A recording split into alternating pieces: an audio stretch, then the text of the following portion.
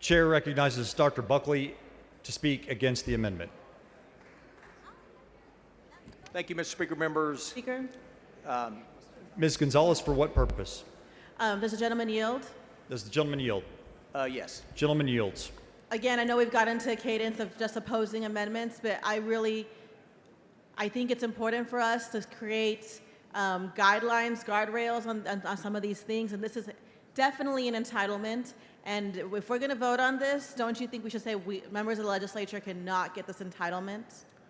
Well, I think if you think about the members of this body, most are citizen legislators. They're moms and dads first, before they are members of this body. And we all come from different backgrounds and have different desires of what we would participate in. And I think that we also don't contemplate who might have a child in a program then become elected, and at that point would have to give up a child that's in the best setting for them. And so that's my position on this. But amendment. you can't contemplate that it's also a conflict of interest for those of us to vote for an amendment or vote for a bill in which we could then personally benefit from? Well, we vote as citizens. We vote for public school funding that my children benefited from very mightily. We vote to improve our roads that we all participate in and we all use. We vote for different programs, economic development programs that bring better jobs to Texas. That's what a citizen legislator is all about. But isn't that like a social good, whereas this is an individual check basically to you and your family to do what you and your family want to do, as opposed to there's a constitutional requirement to do public education? No. A better educated populace, children receiving the education that they need, is a social good. Well, and it is impossible to predict the backgrounds and the history of those men and women that will come in, that will serve in these seats in this chamber one day, and so therefore I will oppose. I think it's highly problematic for us to not put some guardrails on saying that those of us who are going to vote for this could benefit from it. So I urge you to reconsider. Thank you, Chairman Buckley. Thank you. Thank you. I respectfully move to table. Mr. Speaker. The gentleman has moved to table the amendment. Mr. Wu sends up an amendment. I'm sorry. Excuse me. The chair recognizes Mr. Wu to close on the amendment. Mr. Speaker. Mr. Tallarico, for what purpose? Does the gentleman yield? Does the gentleman yield? I will. Gentleman yields. Chairman Wu, it's my recollection that this language was in Chairman Buckley's original voucher bill from 2023. Is that your recollection? Absolutely. This was one of the safeguards that Governor Abbott had requested last time, and somehow it's missing this time. I wonder why. So Chairman Buckley thought it was a good idea to exempt legislators from this program in 2023. Now he thinks it's a bad idea. Is that right? Exactly. And this is something that directly puts money in our pockets. And earlier he talked about public schools, roads. Those are benefits that benefit everyone. Every single person has access to it. Not everyone has access to the money that you put into private school. Those private schools are not for everyone. They don't have space for everyone. They don't have to take everyone. Not everyone that applies will even get in. So those are public goods versus this bill creates a private good using public dollars. So it'd be the equivalent of taking out of the parks budget so that members on this floor could redo their backyard. Yeah, and we're talking about $1 billion just the first year. And we're talking about $7 billion in the next cycles, and $7 billion after that, and $7 billion after that, and it will keep growing and growing and growing.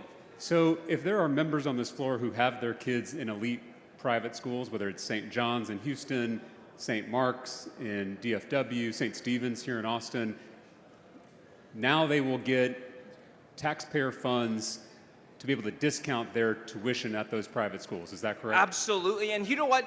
My first session, we passed a bill dealing with concealed carry, and members specifically made sure to cut us to cut the elected officials who passed the law out of the benefits of that law, saying we don't want to be seen as directly putting something in our own pockets while passing a law.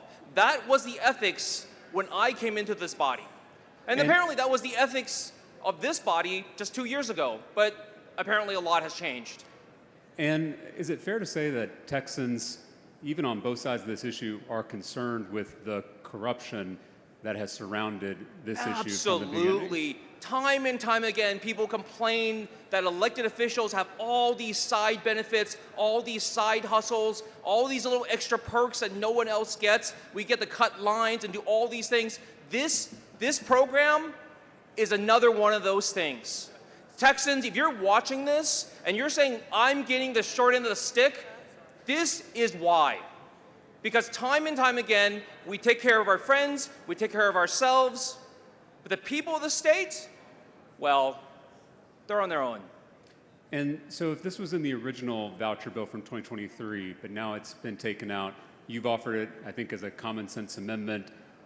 Do we have any inkling on why this is now unacceptable to the same author? I have no idea. The ethics of this has not changed in 2 years. The right or wrong of this body passing a bill that is not only controversial, but directly takes our public dollars, the money that you got from your neighbors, from your friends, from the rest of your family, the hard-earned money that they put into the state, you're going to vote to put it in your own pockets. Thank you, Representative Wu. I agree. This smells pretty rotten. Thank you very much. Members, one of the things that Mr. this Speaker, body is Mr. Money for what purpose? not at this time. I will wait until he yields for questions. Thank you. Gentleman does not yield. Members, part of the rules of ethics of this House that not many people follow is that we are supposed to not vote on legislation that directly benefits us. Whenever there is a bill that deals with guardian ad litem, because I am a guardian ad litem, I don't vote on that. I white light that, and I put a note in the journal that says, this is a conflict of interest for me. This bill would directly and could directly benefit me. I will not vote on this. And what we are asking members to do is to do that same ethical guideline, to follow that, saying, if this directly benefits us, if this puts taxpayer money in our pockets, then we should cut ourselves out just like we did 2 years ago. Mr. Speaker, Mr. Money for what purpose? will the gentleman yield for questions? Does the I gentleman will. yield? I will. Gentleman yields. Mr. Wu, is it your position that no state program that where money goes to an individual or for the purpose of an individual, that the people of this body should not be eligible to that? Yes, if this body is handing out taxpayer money, if this body is doing a government giveaway, yes, we should not participate in that. So, Because we are the ones voting for it, we should not be voting for something that can directly benefit us and will directly benefit us. So, Mr. Wu, if this body passes a homestead exemption increase, that's something you have to apply for at your local appraisal district. Are you committing to us, or are you saying that no one in this body should be able to receive that homestead exemption? Is that homestead exemption available for everyone? Yes, just as this universal ESA is available to everyone. If you get an ESF, can I take some of it? If you get some of the money for your kids, can I have some of it? You may use some of, I'm asking the questions, I believe, but I believe you are allowed to use some of the money, if you would like, where you send your kid to private school. And you can send your kid to private school, but also members of this body, not just today that are voting on this, but 5 years from now, 10 years from now, 15 years from now, that may not have enough money to send kids to private school the way you do, Mr. Wu, might be in a position that they would like to send their kids to private school. And if they chose to do so, they should be allowed to do so. Don't you agree? Well, if they don't have enough money, then you guys should probably have voted on that last amendment to knock it down or to accept it, because that would have put more money into lower income families. right? And you don't, this is not what this is about. This is a trough. This is a trough for the rich to feed from. This is a bill that would allow $200 million to be taken by people who are millionaires and billionaires. When we say that this bill is about helping the needy, helping the poor, helping people who are living paycheck to paycheck, this is not what this bill does. This bill is a trough, a feeding trough for the rich. Because I promise you... I don't believe he's answering my question, Mr. Speaker. I promise you, what next session, what this body will do, because the people of this state did not get a chance to vote on this bill... Mr. Money, for what purpose? The gentleman has yielded for questions, and I don't know the proper procedure here, but he's doing speechifying and not answering my questions. I'm good at speechifying. You're great at it. And I will continue. Mr. Wu, if you would please respond to the gentleman's questions. I am responding to his questions. What I had said before was this bill, while it purports to be a benefit for the poor, does nothing Money, for what but purpose? take from the poor and give to the rich. I'm not done with my answer. He got one.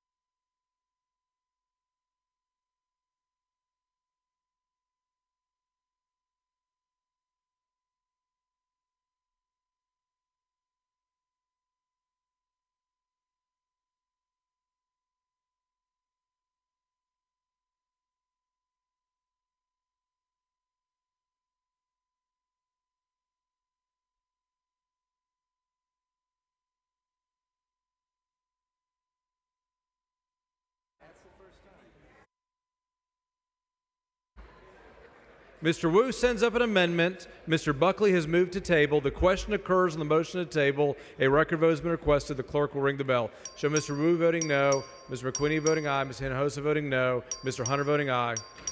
Have all members voted? Have all members voted? Mr. Landgraf voting aye. There being 85 ayes and 60 nays, the motion to table prevails.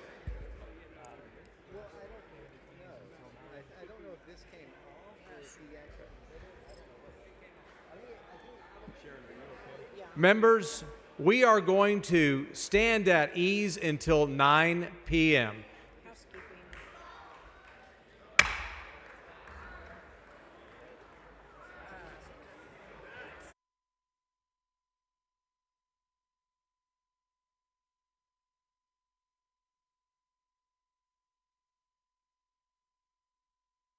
Mr. Wu for an announcement. Members, Democrats, HDC members, please go to the conference room, the press room now.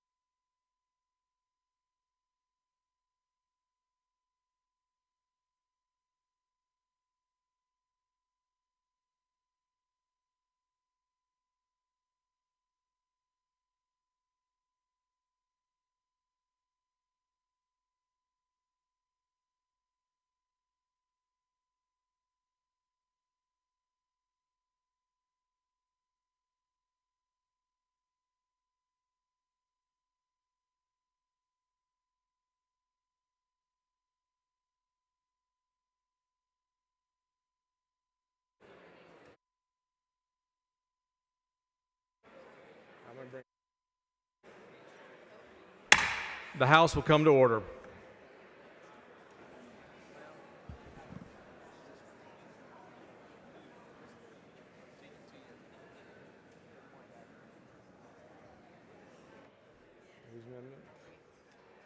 Morales Shaw.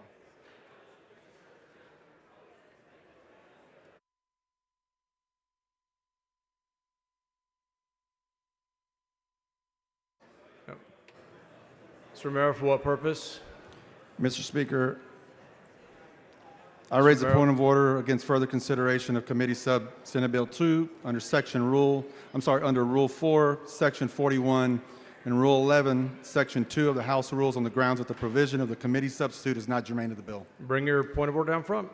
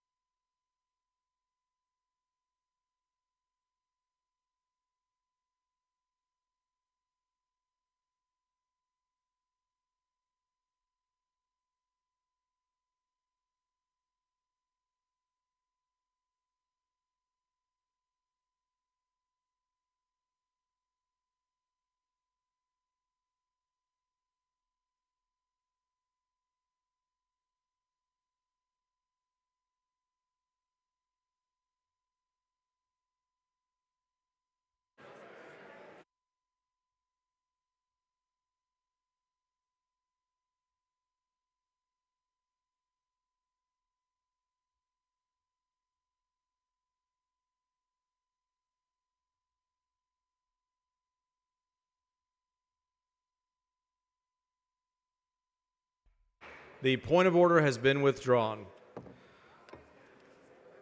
The following amendment, the clerk will read the amendment.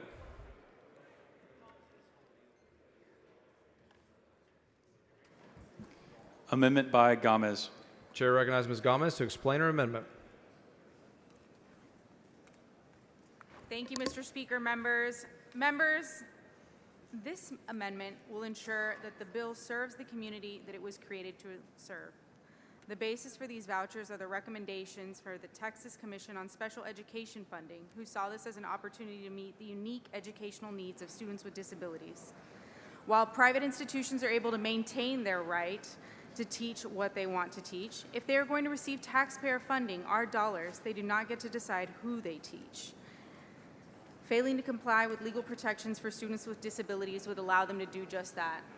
Members, we've spoken an awful lot tonight about the community that we intend to serve. There's been an awful lot of discussion about how this bill serves as an opportunity to prioritize some of our most vulnerable members of the community. And if that is the case, that we do intend to serve children with disabilities, we must make sure that there is every single protection available to them by law. Like my father always told me, no me vengas con palabras, which means don't just come to me with your words. Show me that you mean it. This amendment will show Texans that we are truly here to be a voice for the voiceless, to give power to those who do not, and in this case, to protect our most vulnerable children who depend on us and the laws that we pass here in this building. This amendment would ensure that we protect those children by requiring these private institutions to do what our public institutions already do for them, and that is protect them through 504 programs and the Americans with Disabilities Act. It is what's fair, it is what's right, and it is what is necessary to maintain the safety of our children. It is what they deserve. I would ask you to please support this amendment and support our most vulnerable families here in Texas. Thank you, Mr. Speaker. Chair recognizes Dr. Buckley.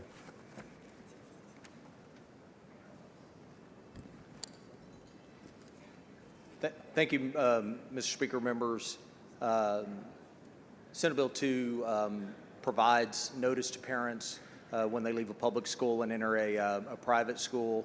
And in the end, the private school has that relationship with the parents, and therefore parents know what they're entitled to in their private school in terms of services. So therefore, I respectfully move to table the amendment. Chair recognizes Ms. Gomez.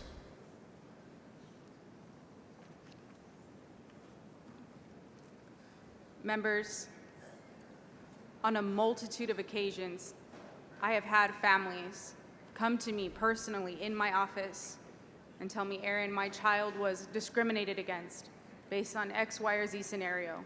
My child with disabilities, my child with autism was removed from the program. My child with a visual disability was removed from the program. And I have to ask them, I have to let them know, I'm sorry, there's nothing we can do for you as a result of them being kicked out of this private institution. I hope you can afford an attorney, because the law does not provide one for you in these situations.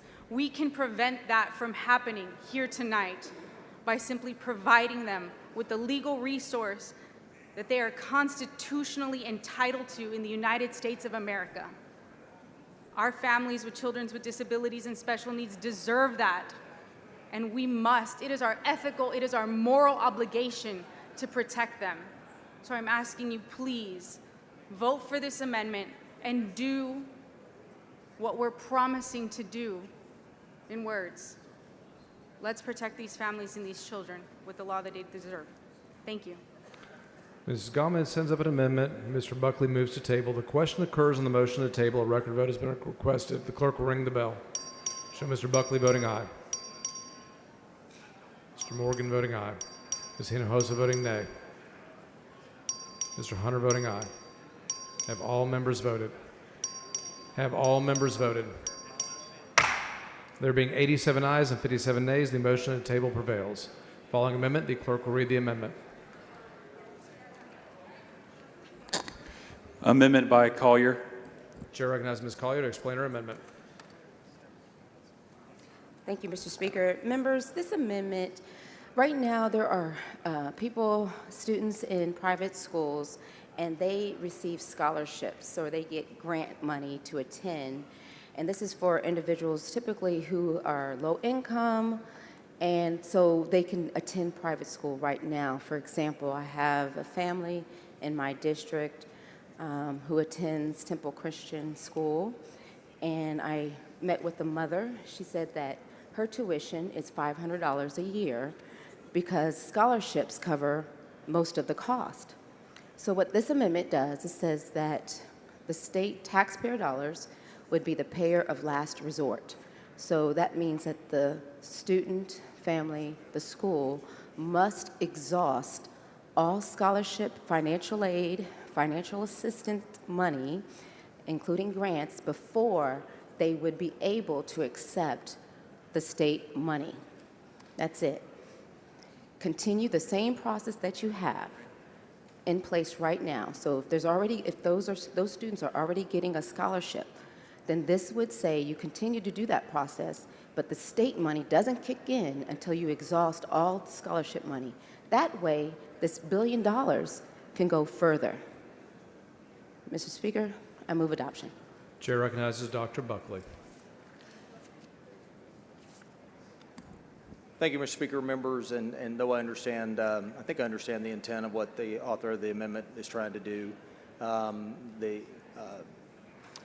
education savings accounts are funded individually to each student, and therefore this is not necessary for the program to operate, and therefore I respectfully move to table. Chair recognizes Ms. Collier. So, thank you, Mr. Speaker. I understand what you're saying here from the bill authors, that it's not necessary because each account is funded, but let's not put any money that's not necessary into those accounts. Let's put only what is needed, and if that family only needs $500, then that's all you put in there. Let's not overfund these accounts. Let's not have excess in these accounts. Let's only use what is necessary. That way, it could be spread out, and that money can go further, and it could be used by more people and more students, and you can meet the needs, is what you're trying to do here, of more students if we only use what is absolutely necessary. Thank you, Mr. Speaker. I move adoption. Ms. Collier sends up an amendment. Mr. Buckley moves to table. The question occurs on the motion to table. A record vote has been requested. The clerk will ring the bell. Show Ms. Hinojosa voting nay. Mr. Buckley voting aye. Ms. Jones voting nay. Have all members voted? Have all members voted? Mr. Harris voting aye. Have all members voted?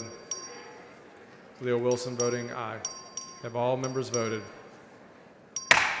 There being 87 ayes and 59 nays, the motion on the table prevails. Following amendment, the clerk will read the amendment.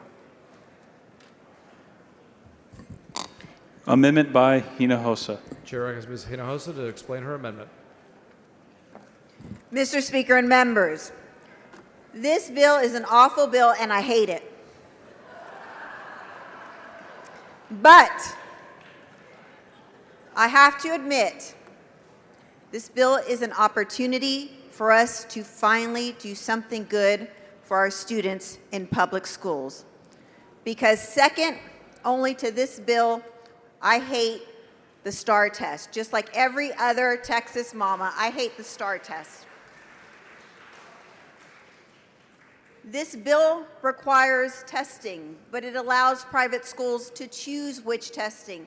Our kids in public school don't get to choose, but I guarantee you, if we had an amendment, and that's what this amendment does, in this bill that said, whatever tests the students in public school take, the students in private school have to take, I guarantee you, our kids in public schools would never again have to take the STAR test, because the powers that be that are bringing you this bill would never require that of their students in private school. There's lots of good reasons to require the same test for our students in private schools as we're requiring for our students in public schools. Let's just start with what's fair. My kids have had to take the STAR test every year in the name of accountability because they get educated with taxpayer dollars. How is it fair if now we're going to give those taxpayer dollars to families to put their kids in private schools, or mostly families who already have their kids in private school, and not require the same exact test? It's not fair. What the STAR does to our kids in public school is awful. We've tolerated it for too long. My son tried to run away from school in 2nd grade because they were already doing practice STAR tests for 3rd grade. He asked to go to the bathroom, and then he bolted for the door. He got intercepted by the assistant principal. They called me to come get him, and he said, "Mommy, I was going to wait for you in the bushes every day so you would pick me up and you wouldn't know." That's what we're doing to our kids.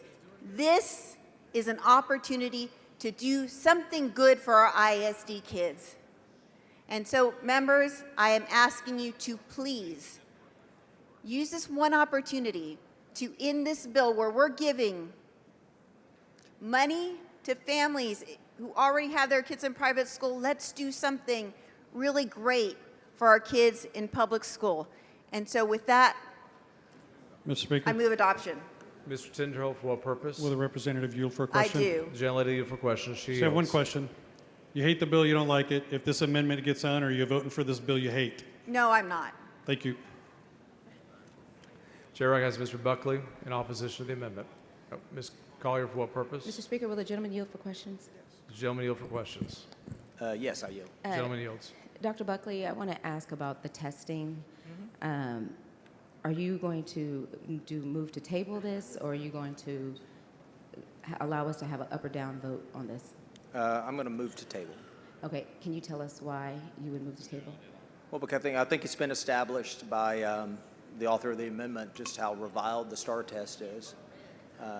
And we will hopefully be meeting on this same floor at another time later this session to make sure that we get rid of the STAR test. But on policy matters, it is certainly not appropriate to require children that are not taught under state scope and sequence, that are not taught necessarily in the same order, to take a test that's designed for one system and not the other. But what the bill provides for is to make sure that we have accountability, but in a manner where we can truly measure the progress of kids. Okay. Thank you. Okay, thank you. There, Mr. Speaker. Chairman Buckley, do you Ms. know Leah any? Wilson, for what purpose? Oh, I'm sorry. I have a question. Does the gentleman yield for questions? Yes, I'll yield for a question. Gentleman yields for questions. Chairman Buckley, at private schools, do they all use the Texas Essential Knowledge and Skills as their curriculum? No. Do you feel that it would be important to have an assessment test that's meaningful, that would evaluate students on the curriculum that they use at that particular school, whether it be public school kids or private schools? That is the only way to get a meaningful assessment, is to assess kids over the curriculum that they're taught.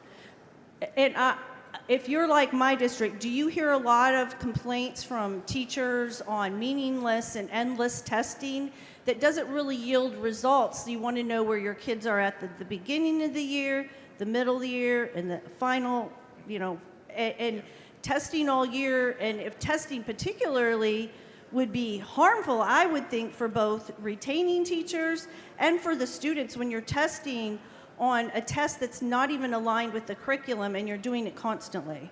Yeah. All I can say is the STAR test is only slightly more popular than the shingles. And so it's certainly not something that we would require a student that was in a setting where the curriculum was not aligned to have to take. And the norm reference test certainly provides that accountability. And in that norm reference test, the private schools do have some latitude in choosing which norm reference test best aligns with their curriculum so that they can get meaningful data of where their students are progressing, correct? That is correct. Okay, thank you. Thank you. Yes, Mr. I respect. Speaker, Ms. Hinojosa, for what purpose? Will the gentleman yield for Will questions? the gentleman yield for questions? I yield for questions. Gentleman yields. Chairman Buckley, have you not heard repeated concerns with the STAR test that 5.5 million students in our public schools have to take? I sure have. And so, shouldn't we do what we can first and foremost for our 5.5 million kids in public schools, which are the only schools that will be an option for the vast majority of kids, whether or not this bill passes? We'll have legislation on this floor, I suspect, to take care of that very problem. But do you guarantee that this session we will pass legislation to do away with the STAR and move to nationally norm reference tests? Do you guarantee that? I think that's highly likely. But do you guarantee it? Ms. Hinojosa, I've learned in this body guaranteeing something is So no. I don't want to guarantee it, but I think you'll like my bill. Okay, but you do not guarantee it. Yeah. I'm sure I'll like your bill, but I know something else. I know that there's somebody very involved in the making of that bill, and that's one Commissioner Mike Morath, and I know that he likes the STAR test. And so that is my concern and why I would like to take this moment, this opportunity, to make sure we do right by our ISD students who should not have to take the STAR test anymore. And we will do that. Ms. Jones, for what purpose? Yes. Will the gentleman yield? Will the gentleman yield for questions? Yes, Yes, I thank you. yield for questions. Gentleman yields. Mr. Chair, did I just hear you say that kids in public school should take the STAR test? Kids in private school, even though they get the same money as public schools, should not have to take the STAR test, and that the kids in public schools should have to take the STAR test, which is, I think you said that it was slightly less popular than shingles. Did I hear you say that? That's what I said, yes. So can you help me understand why you believe kids in public school should have to take a test that's slightly less popular than shingles? And so I actually don't think that's funny, although I think you said it as a joke, because my grandmother had shingles, and it was terrible. It was terrible. She was in pain when she sat down on areas that had shingles, and so and it is absolutely relevant because you brought it up. So help me understand why we have a tale of two school systems when we literally have these two separate school systems getting the same $10,000. I don't understand that. This is not a joke. It is serious. The bill provides that a child that takes an ESA will take the norm referenced assessment that's administered at that private school. And we will have legislation before this body to deal with the STAR test. And so hopefully we can get our kids. But really the reason behind the language in SB2 is because of the fact that you should not assess a child using an instrument that's not designed around the curriculum that they're being taught. It's inherently unfair, and what we can do is we can make sure that we have meaningful assessments for kids in private schools that accept the ESA, but we can also reform and do away with the STAR test and have a much more impactful assessment system for public schools. So I just heard you say you're going to do away with the STAR test, or I didn't hear you say that? That is correct. Because I just think that no kid should have to take something that is close to shingles. Yeah. And I just find it curious that the kids that have to take this STAR test are the kids who are least able to protect themselves. Okay. All right. Mr. Speaker, Ms. Weiner, for what purpose? will the gentleman yield Will for the some gentleman yield questions? for questions? I will yield for The questions. gentleman yields. Thank you, Speaker. Thank you, Chairman. Representative Buckley, we came into this body together, did we not? Yes, we did. As far as I recall, every session we have been in this body together, this chamber has taken a swing at rolling back the number of STAR tests or trying to reform the system in some way. Is that consistent with your memory? That is consistent with my memory as well. Where do those efforts run into trouble? To the east. To the east. I'll be a little more specific and say to the chamber with green carpet. That would be correct. Chairman Buckley, do you not think we would have more leverage for these important STAR reform efforts that you have been a part of to get over the finish line if we aligned the testing standards for our private schools with the standards for public schools? No, because I wouldn't provide for a student to take a test that I was intending to repeal. And again, Representative Zwiener, what is most important for kids and their achievement is that they're assessed over in a manner that's consistent with the curriculum that they're being taught. And that is the point of what we do in SB2. Notwithstanding STAR test, repeal or kill the STAR, or whatever you want to call it, that is necessary as well. That we move into the next generation of assessments, that it is not one test one day, that takes the high stakes nature out of that test, where it's easier on students and teachers and families, and it's also something more instructionally relevant and actionable by our classroom teachers, and that's what we will do in this body, I can assure you, before the end of this session. So Representative Buckley, you know I'm aligned with you on that. The question I have again is, Representative Hinojosa's amendment merely aligns the two testing systems. We can still go amend and fix our public school testing system and make it work for everybody, both public and private. Why should we not use this opportunity to leverage that chamber to the east to work with us on STAR? Because I believe the details of good policy matter. And at this point, with what has passed this body, and with the bill before us today, it is important to understand the impact. The gentleman's time has expired.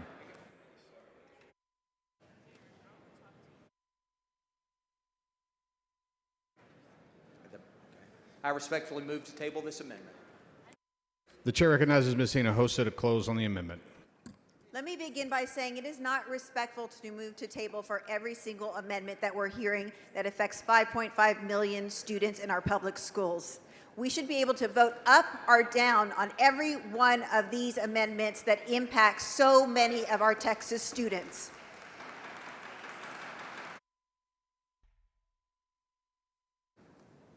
All this amendment does is align the interest with the powers that be with the interests of Texas mamas. That's it. In that way, everybody wins. Let me tell you the problem that we have encountered every session that I've been here with this STAR test, and it's this. Everybody wants to move to what's known as a nationally norm reference test. What does that mean? That means that we get compared to other states so that we know how our Texas students are doing in comparison with other states. And Mike Morath can't put his fingers in it because it's nationally norm referenced. That is the problem that we keep encountering in Texas. There is no faith in the STAR test. Mike Morath gets to mess with it. He gets to say what it's about with his vendors. He works with them to create the product that nobody trusts. This is an opportunity, members, to finally do what's right for Texas school students and stop traumatizing them with an inappropriate test that they should not be taking. And I am urging you to do one thing good for our ISD students in this bill, and that is align the interests of the big dogs that brought us this bill and are forcing us to vote on it with Texas mamas who have been fighting this test for years. And with that, I move adoption.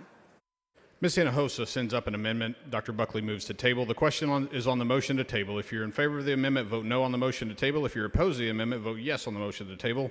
A record vote has been requested. The clerk will ring the bell. Show Ms. Jones voting nay. Show Mr. Leach voting aye. Show Dr. Buckley voting aye. Show Mr. Alders voting aye. Show Mr. Voucher voting aye. Show Ms. Plisa voting nay. Have all voted? There being 85 ayes, 62 nays, the motion to table prevails. Following amendment, the clerk will read the amendment. Amendment by Jones of Harris. The chair recognizes Ms. Jones to explain the amendment. Mr. Speaker, members, transparency is accountability, especially if taxpayer dollars are going to private and religious schools. The public deserves to know who is benefiting. This amendment ensures private schools accepting voucher money, public money, report and post enrollment data disaggregated by income level. This will expose income disparities. Without this data, there's no way to tell if low-income students who are supposed to be helped are being left behind. We need to know if this is just another elite subsidy disguised as help for poor families. Public funds deserve public oversight. Public schools already report this data. Private schools, if they want this public money, should have to play by the same rules. This is about equity, not special treatment. This protects vulnerable students. This amendment is the only safeguard we have to ensure that public funds aren't being funneled into exclusive institutions that reject students with disabilities, learning differences, or from working class families. And it's better to be data driven. It's better because you can't fix what you can't measure. This amendment gives future lawmakers the ability to assess the real impact of SB2, not the rhetoric, but the reality. This prevents publicly funded segregation. If we fail to track who these voucher dollars serve, we risk subsidizing systems that further income-based segregation. Texas taxpayers should never foot the bill for inequality or inequity. This requirement is small, just a simple report and a website post, but the impact is huge. Texans deserve transparency when it comes to where their money goes. It demands it live up to its own promises. Anyone serious about helping kids should vote for this. And let me say this clearly before another motion to table is made. It's offensive that every time we bring amendments, real solutions to major problems in this bill, the author moves to table them without real debate. It silences our speech. It blocks us from voting on the merits of amendments designed to alleviate harm. We were elected to represent Texans. Our voices matter. Our votes matter. Our constituents matter. This bill is already deeply flawed, and your refusal to let us improve it is a disservice to everyone, especially the low-income students this bill purports to help. This is being rammed through on party lines almost every vote. It's profoundly disappointing to see this process so deeply partisan. Texans deserve better. All Texans, not just the wealthy, not just the well-connected, but all of us. Mr. Speaker, I move adoption. Ms. Jones? Mr. Kane, for what purpose? Question for the author. Will the lady yield for questions? Yes. The lady Ms. yields. Jones, you're discussing wanting to improve this bill.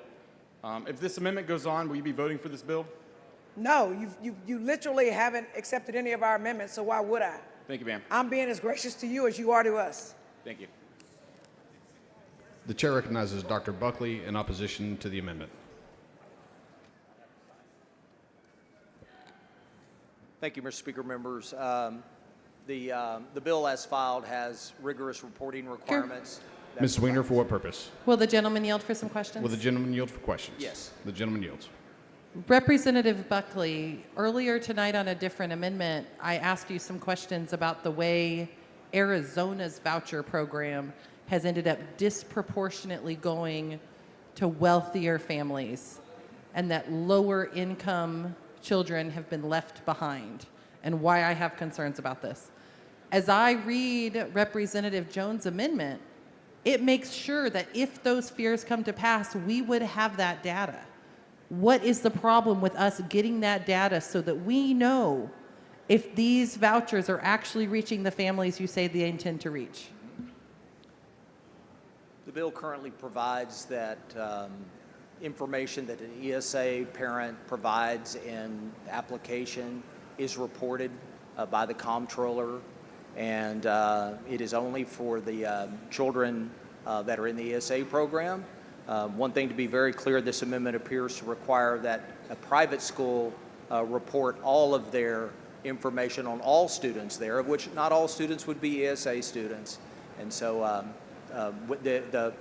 The provisions in Senate Bill 2 have rigorous reporting and transparency standards where this information can be gathered so that policymakers can understand who's participating. Does the underlying bill require that that information be posted online where every single Texan can find that information? Yes, the annual report is posted online. Okay. I would encourage you to look more deeply at Representative Jones' amendment and try to support this increased transparency for every single Texan. Thank you. All right. I respectfully move to table.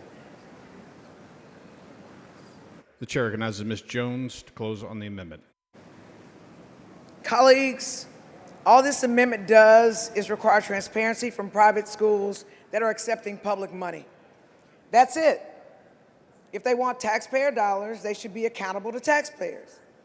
It's unfair and frankly offensive that an amendment calling for something as basic as income level reporting gets shut down without a vote on the merits. Every time, and I'm going to say this again, we bring reasonable, thoughtful amendments to improve this bill, they're met with a motion to table. That's not democracy, that's obstruction. This is public money. The public deserves to know who it's going to. If you vote to table this amendment, you're voting to hide the truth from Texans. This amendment is about equity, transparency, and accountability. Vote no on the motion to table. Vote yes for the people. Thank you. Ms. Jones of Harris sends up an amendment. Dr. Buckley moves to table. The question is on the motion to table. If you're in favor of the amendment, vote no on the motion to table. If you're opposed to the amendment, vote yes on the motion to table. A record vote has been requested. The clerk will ring the bell. Show Ms. Jones voting nay.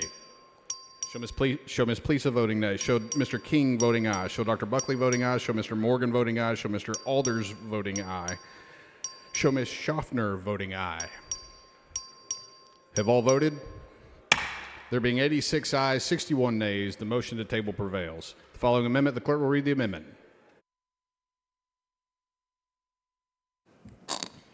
Amendment by Plesa. The chair recognizes Ms. Plesa to explain the amendment. Oh, sir. Thank you, Mr. Speaker and members. This might not be the most fiscally conservative amendment of the night, but it is the one that's going to keep our students the safest. If the state is funding it, the state is responsible for it. When taxpayer dollars go to private schools through ESAs or vouchers, the same safety standards must apply across the board. We cannot make exceptions when children's lives are at stake. Members, just yesterday and today, we saw school violence in our schools occur. This very chamber, we had a moment of silence acknowledging the terror our Texas children experience. Yet without this amendment, we're failing those students. How many moments of silence are we going to have? All schools accepting public funds must meet the minimum safety standards. At the very least, we owe it to all our children to strengthen safety school standards. Every parent deserves peace of mind, and school choice should not also be a question of safety. Our public schools must submit emergency plans, conduct active shooter drills, and undergo TEA safety audits. Why would ESA or voucher-funded private schools be exempt? Public schools do more with less while complying with safety mandates. ESA schools shouldn't take funding without equal responsibility. Either we believe in protecting all students or we don't. Let's make school safety a baseline and not a bargaining chip. And with that, I move adoption. Mr. Wu. The chair recognizes Dr. Buckley in opposition to the amendment. Thank you, Mr. Speaker, members.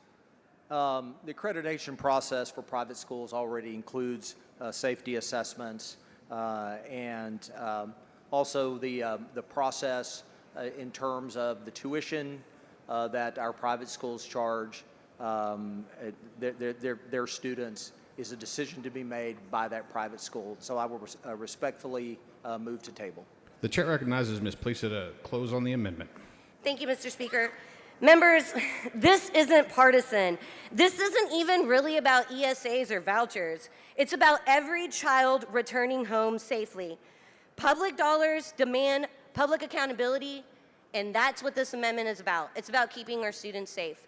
And with that, I ask you, please do not table this amendment.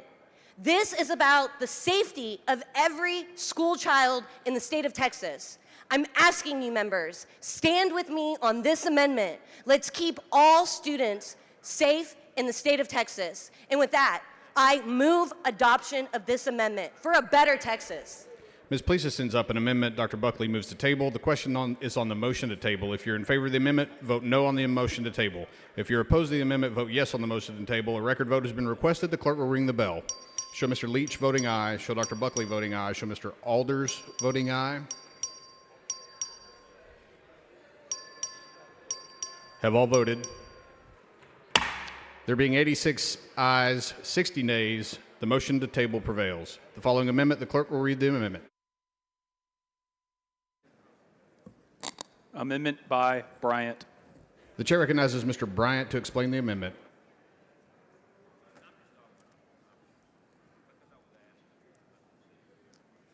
Members, this amendment would address the problem of sexual abuse of a child.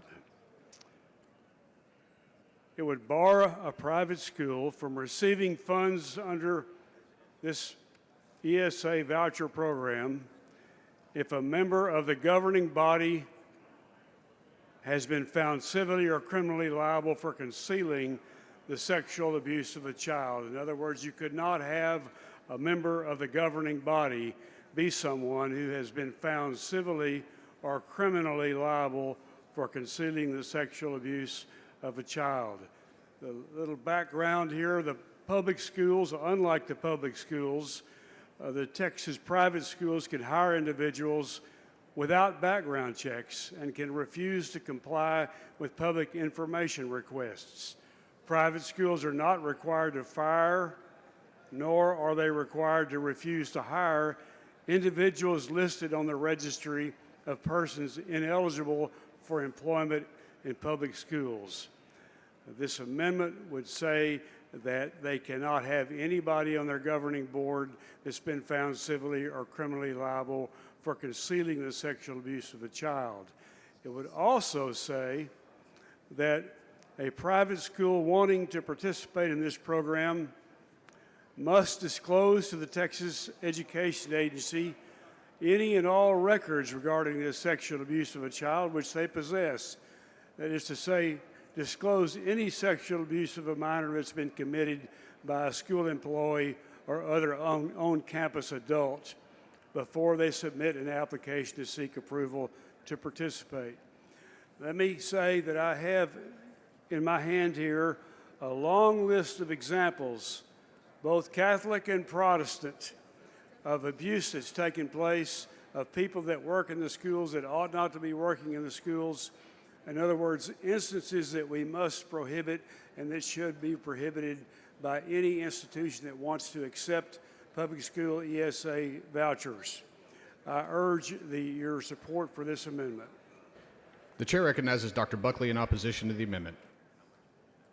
Thank you, Mr. Speaker. Members, I want to thank Representative Bryan for offering this amendment and bringing to light how important this issue is. And one of the things we've been very clear as we've studied this issue is to look at the rigorous accreditation standards and oversight that private schools have for their employees and those will be around children. But even further than that, in Senate Bill 2, we make certain that anyone that can receive dollars from an ESA, whether they be a therapist, whether they be a tutor, that they have the same level of background checks that we would have in our public school setting to make certain that our children are not exposed to predators and those that would hurt them. And so I respectfully move to table the amendment. The chair recognizes Mr. Bryant to close on the amendment. Members, Texas private schools can hire individuals without background checks and can refuse to comply with public information requests regarding persons in their employ who have been sexual abusers. They are not required to fire or refuse to hire individuals listed on the registry of persons ineligible for employment in public schools. I mean, did that call from President Trump tell you you couldn't even vote to protect the children that go to these private schools from sexual predators? I wonder Are you unable to accept any amendment, no matter how meritorious, no matter how much the safety of the students in those schools demand it? Vote against this motion to table and show you've got some courage to stand up for these kids. Mr. Bryant sends up an amendment. Dr. Buckley moves to table. The question is on the motion to table. If you're in favor of the amendment, vote no on the motion to table. If you're opposed to the amendment, vote yes on the motion to table. A record vote has been requested. The clerk will ring the bell. Show Mr. Reynolds voting nay. Show Dr. Buckley voting aye. Show Mr. Bryant voting nay. Show Mr. King voting aye. Have all voted? There being 84 ayes, 62 nays, the motion to table prevails. The following amendment, the clerk will read the amendment. Amendment by Reynolds. The chair recognizes Mr. Reynolds to explain the amendment. Thank you, Mr. Speaker. Members, this amendment adds a basic transparency requirement. It will require all pre-approved education providers receiving state funds through this program to report any complaints filed against them to the U.S. Department of Education Civil Rights Division and to the comptroller to post the information publicly on the program's website. This program transfers public funds to private actors, but private entities do not face the same obligations to serve students fairly, particularly students with disabilities, students of color, and LGBTQ plus youth. We already know, per section 29.367 of this bill, that private schools are not required to follow IDEA and other federal civil rights laws in the same way public schools do. This amendment simply adds a layer of transparency and accountability that aligns with the rest of the bill's oversight provisions, especially in sections 29.358 and 29.371, which already set up provider approval and annual reporting requirements. If we trust the system we're funding, then we should be willing to shine a light on how providers are treating Texas children, especially the most vulnerable around them. Members, I urge you to vote yes on this amendment to protect student rights, support transparency, and improve public confidence in this new program. Mr. Kane, for what purpose? Mr. Speaker, question for the author. Will the gentleman yield for questions? Yes, I will. The gentleman yields. Mr. Reynolds, I believe when you were laying this out, you discussed that if we truly trust the system, we will do this. Do you trust this bill? Do I trust the bill? Yeah, the system. You were saying if we truly trust the system. I don't trust the fact that we need to commit to $1 billion to subsidize vouchers for families that can already afford to send their kids to private schools while we're underfunding our neighborhood public schools. So no, I don't trust the fact that we're even debating this bill right now. But if we're going to have this bill, then we need to have transparency and accountability to make sure that when we're using public funds for private entities, that they have the same requirements when it comes to protecting students, particularly vulnerable students, from being subject to discrimination. They need to have these complaints go to the U.S. Department of Education Civil Rights Division and have the Texas Comptroller simply make this information available on their public website. That is what this amendment requires. It requires transparency and accountability. All right. Mr. Reynolds, a common question we've been having today. If this amendment goes on, will you be voting for this bill? Absolutely not. All right. Thank you, sir. Mr. Wu, for what purpose? Would the gentleman yield for questions? Would the gentleman yield for questions? I will yield for questions. The gentleman yields. Representative Reynolds, even if this amendment got on, this bill is extremely problematic, right? That's why you said that you're not going to vote for it? Absolutely. Yeah. Because this body's rejected pretty much every single amendment that would have made this bill better, made this bill more acceptable. Are you right? Am I right? Absolutely, unequivocally, Representative I mean, in fact, allowing the people of the state of Texas to have their say on this was rejected. Absolutely. And that would have been a great safeguard to have in place for this bill. If we really trust Texans, then we should have allowed this bill to be voted on by Texans. That would have meant that Texans were in favor of it, and we could have ended this debate tonight. And your amendment just deals with a very small part of it, right? Absolutely. Transparency and accountability. How can you be against transparency, shining a light so that people can have more information? That seems undemocratic to me. And one of the issues is that in public schools, because it's using public dollars, we work very hard to make sure that there's no discrimination. Is that fair? That is absolutely correct. And we make sure that there's no racial discrimination, there's no religious discrimination, there's no gender discrimination, and so on and so forth. National origin, you're absolutely right. Correct, Representative Wu. And our concern with this bill is that the private schools, the schools without publicly elected boards that can oversee things, that can deal with those kind of things, that's not present in private schools, is it? That is correct. We shouldn't be having two different standards. One for public schools that protects and that is transparent when it comes to these reporting requirements, and private schools that don't have to follow these rules. Why are we not allowing those same students that you're talking about, those vulnerable students, to be protected? That is what this amendment does. It simply levels the playing field.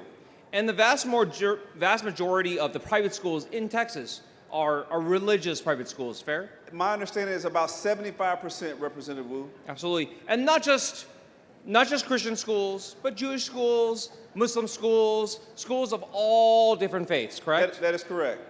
And the concern is that because these are public dollars, that they're dollars that we all put into this government, that if those public dollars are taken from us, they should not be used for intentional discrimination. Is that fair? Absolutely. And if they are, we need to have these reporting requirements so that there can be transparency and accountability to those bad actors, that they can be some justice for those students, that if they were discriminated against, they could be held accountable. That is why they should be reported to the Office of Civil Rights within the Department of Justice, within the Department of Education. Right, and all this amendment would do is make sure that the reporting is done. Absolutely. That everyone who is in the system knows that if there is discrimination. That is correct. If there is something that's unfair because of race, religion, or anything else, that there is some place that they know that they can go to. That is absolutely correct, Representative Wu. And this just fixes a very small part of this bill. Is that fair? A very minuscule piece of the bill. That is correct. This is an important amendment. Thank you. Thank you, Representative Wu. Mr. Toth, for what purpose? Will the gentleman yield? Will the gentleman yield for questions? I will yield for questions. The gentleman yields. Mr. Reynolds, what was your point on idea? I apologize. I just picked that up as you started your conversation. Would you repeat the question? Idea. You had brought up Yes. idea. I was saying that in the layout, I was saying that there are already certain requirements that public schools have to make, and I was just saying that with this private school voucher, that they should be held to the same reporting requirements as our public schools. That's all I was saying. Can you explain to the body idea and the federal requirements of idea? I can get the information to you in just a moment. Sure.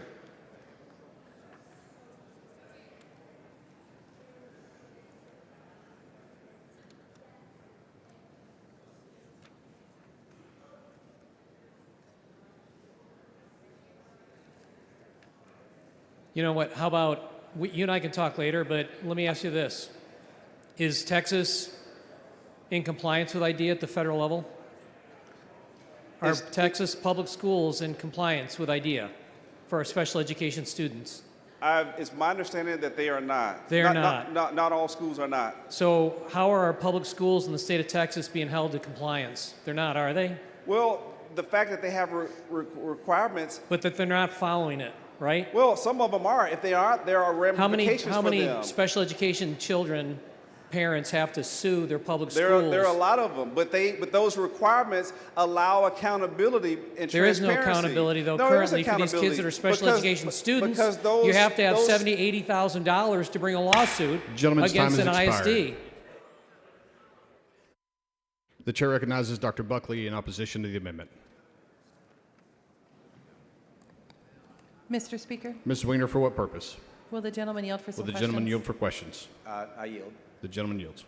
Representative Buckley, is it your intention that schools that receive these voucher programs be able to discriminate on the basis of race, nationality, or religion? No, and this bill does not, impact anyone's ability to file a complaint with the Department of Education either. Is it your understanding that your bill does allow schools to potentially discriminate, though? No, this bill in private schools, we all must follow federal law. So, Representative Buckley, I did just a little bit of Googling on this, and in just a couple minutes, I found at least 3 private schools in Texas that do have religious qualifications for admission and will not admit people who do not meet those. Now, those are schools that are not currently receiving federal dollars. They have some rights to those limitations under the First Amendment. I mean, are you concerned that without some of this transparency that Representative Reynolds is seeking in his amendment, that these schools may discriminate against students based on their faith or the faith of their parents? What you describe is not discrimination, but the bill provides stringent reporting requirements, extreme transparency, and again, everyone involved that could be participating must follow federal law. But Representative Buckley, there's nothing in your bill right now that says these schools cannot discriminate against students. Isn't that correct? No, I mean that's an extremely broad statement, but they are subject to the same anti-discrimination laws that we have in this country. Under federal law right now, and under our court precedent, generally the right of the school, the private school, to express their own religion means they can exclude students of other religious belief systems. Is that correct? That is correct. And ultimately, when you think about the mechanics implementation of this bill, the parent makes the ultimate decision of whether or not to apply to that school. Make sure that the school is a good fit for their child or not. And there could be many different reasons they feel that environment is a good fit. As we've discussed, Representative Buckley, the parents aren't the only ones who make a choice here. The school gets to make a choice as well, whether or not to admit the student, correct? Private schools do have the ability to select their students based on their policies. So does it concern you at all that a school with some of these specific faith requirements might potentially admit a student, maybe based on their parents' attested faith, have the student's faith differ, and then violate that student's civil rights based on their faith? I believe in people being able to express their own religious beliefs, and then and to always follow federal law. So, Representative Buckley, why, if the goal is for these for these schools to follow federal law, why not have some transparency if these civil rights complaints exist? These schools currently follow federal law. How do we know that? Well, the same way that we know that everyone else follows federal law, and this bill does not limit anyone's ability to make a complaint to the Department of Education. Have you reviewed all of the complaints the Department of Education Civil Rights Office has on private schools in Texas? I have not. Okay, so we cannot be sure then that all of these schools are complying with federal law today, correct? Well, if there is a list, a parent can review it. A parent could take a look and through that process of selecting a school, make sure that it's a school that fits their child's needs the best. Do you think it might help those parents in making that decision to have some of the transparency suggested by Representative Reynolds' amendment? This bill has tremendous transparency and reporting requirements, and that will be accessible to parents. Where are the other reporting requirements in the bill in terms of civil rights protections and violations? All throughout the bill. Could you point me to a specific place if we're going to say there's civil rights protections and reporting in the bill? Because I missed that section. The private schools operate under federal law. That is a certainty. And then any parent that wants to file a complaint, they can file a complaint if they feel like their civil rights are being violated in a private school setting. Okay, thank you. Yeah. All right. I respectfully move to table this amendment. The chair recognizes Mr. Reynolds to close on the amendment. Oh, excuse me, sir. Thank you, Mr. Speaker. Members, this is about transparency. These private schools that currently don't have these federal requirements to report any discrimination based on race, gender, color, national origin, disability, they currently don't have these requirements because they don't accept public funds. Public schools have these current requirements.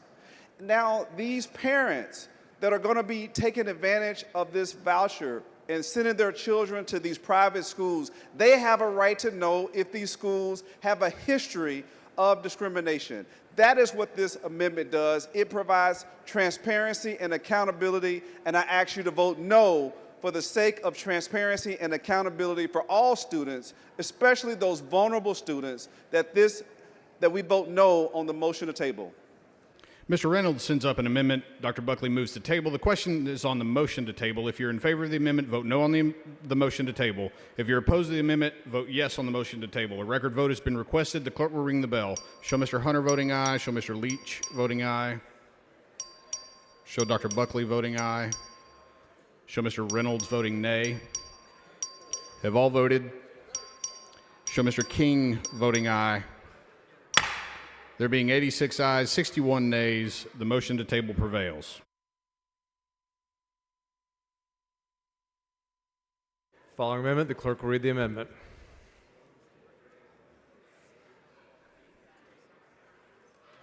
Amendment by Reynolds. Chair asks Ms. Reynolds to explain the amendment. Thank you, Mr. Speaker. Members, this is a simple amendment. It ensures that any private school or vendor receiving public dollars through this program must meet the same minimum bullying prevention standards that Texas public schools already are held under Section 37.0832 of the Texas Education Code. Because choice without safety isn't a real choice. Parents are not handing their children's future to a vendor just for academics. They are trusting that their child will be safe, valued, and protected in that school environment. We all know that Texas has a bullying problem. 1 in 5 students reports that they are bullied in the school year. And the numbers are even higher for students with disabilities and students of color. This amendment gives parents peace of mind that schools accepting taxpayer money won't turn a blind eye to harassment or abuse. Members, this is not a partisan issue. This is about protecting kids, respecting parents, and making sure that public funds only flow to schools that meet the basic safety standards. Texans don't cut corners on child safeties, and neither should we. Mr. Toth, for what purpose? Will the gentleman yield for questions? Gentleman yield for questions. Yes, I'll yield for questions. Yields. Do Texas parents have peace of mind when they send their kids to public schools today that they won't be bullied? Not all parents do.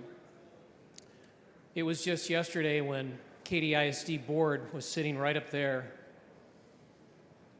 and one of the trustees had a video that she put out on her Facebook page of a kid that had beat a little girl up, and within 3 days that bully was right back in the classroom. We're not, whatever code you're reading from, Texas public schools are not following it. well, they're held to that standard. It's up to the school No one's district. holding them to a standard, Well, though, that's Mr. up to Reynolds. That's the problem. administrators to enforce these regulations and protect the students. This simply makes it what's good for the public schools should be good for the private schools as well. Dr. Buckley. Thank you, Mr. Speaker. Members, private schools have bullying prevention and bullying policies, and I respectfully move to table. Mr. Reynolds to close. Members, we shouldn't have two standards. One for public schools when it comes to bullying and a lesser, almost non-existent standards for private schools.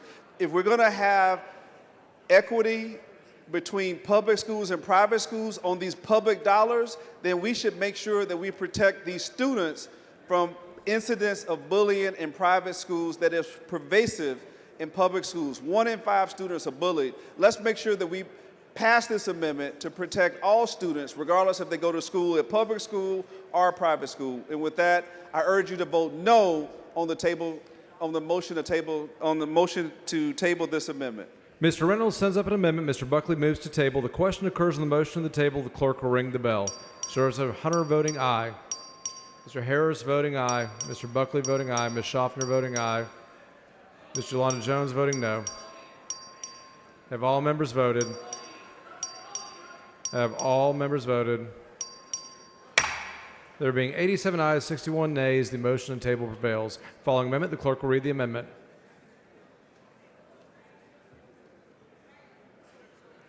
Amendment by Allen.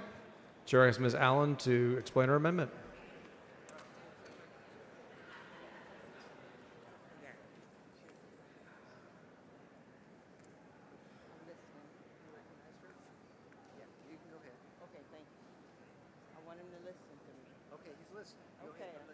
Thank you very much. Speaker, members, this is a very simple amendment.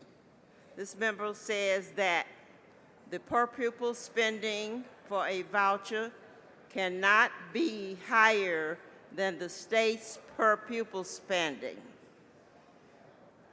at any of the public schools.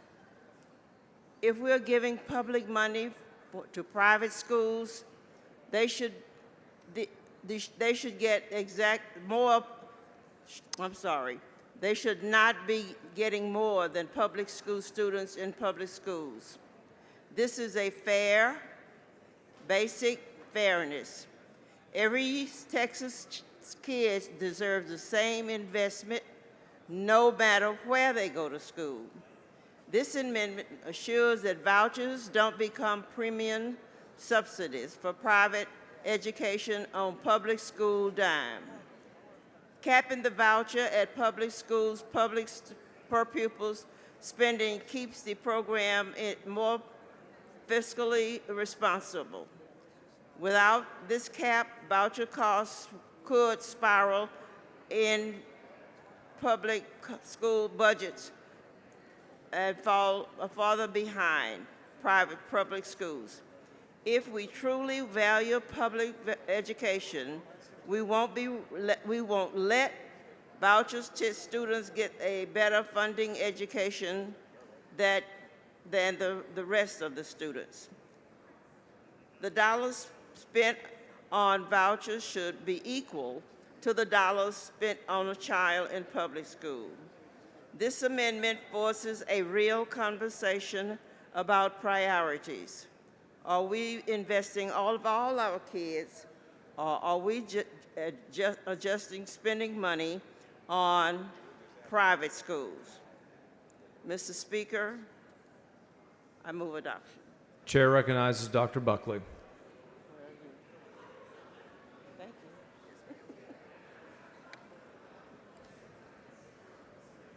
you. Mr. Speaker, members, Senate Bill 2 currently clarifies very clearly that the ESA amount is 85% of what is spent on statewide average for our public schools.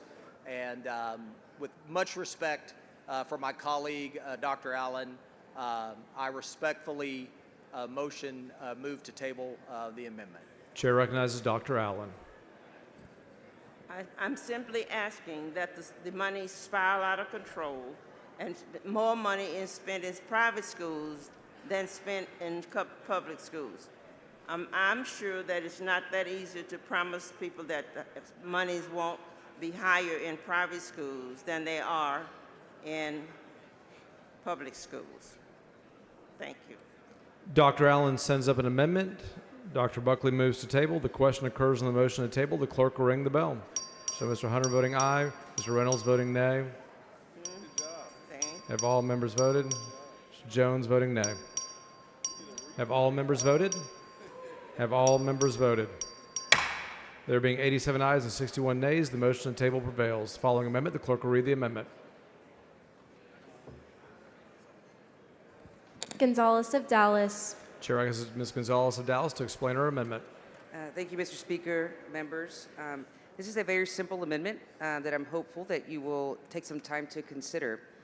Public tax dollars should be spent on our schools, school kids, and the professionals who keep our schools running every day.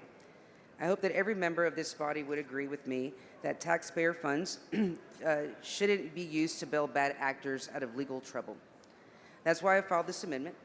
I simply want to make sure that every cent associated with this program is spent in service of our constitutional mandate to educate Texas's kids.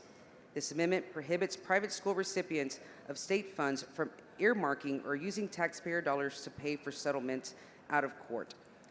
As we can all imagine, schools will receive these funds fully intend to operate as business as usual. Private religious schools aren't regulated by the state, and we're not proposing much of that here today. One example is a recent lawsuit filed against Trinity Valley High School in Fort Worth. One teacher had been accused of sexually abusing 16 young girls, and the school had been accused of covering this rampant abuse up for over 2 years. It's on every one of us to make sure that our schools operate effectively and lawfully. A consequence of this legislation should not be to effectively set up a legal slush fund for unaccountable, unregulated private schools that can turn kids away for any reason, or schools that hire predators or cover up sexual abuse of young children. I move adoption, Mr. Speaker. Chair recognizes Dr. Buckley. Thank you, Mr. Speaker. Members, Senate Bill 2 currently provides protection for state dollars that could possibly be spent in any type of a environment where there was an illegality, and therefore I respectfully move to table the amendment. Chair recognizes Ms. Gonzalez of Dallas. Thank you, Mr. Speaker. If there are already certain protections set up, then it shouldn't be a problem accepting this amendment, and I urge you to vote in favor of this amendment. I move adoption. Thank you. Ms. Gonzalez sends up an amendment. Dr. Buckley moves to table. The question occurs on the motion on the table. The clerk will ring the bell. Show Mr. Hunter voting aye. Mr. Leach voting aye. Ms. Jolanda Jones voting nay. Have all members voted? Have all members voted?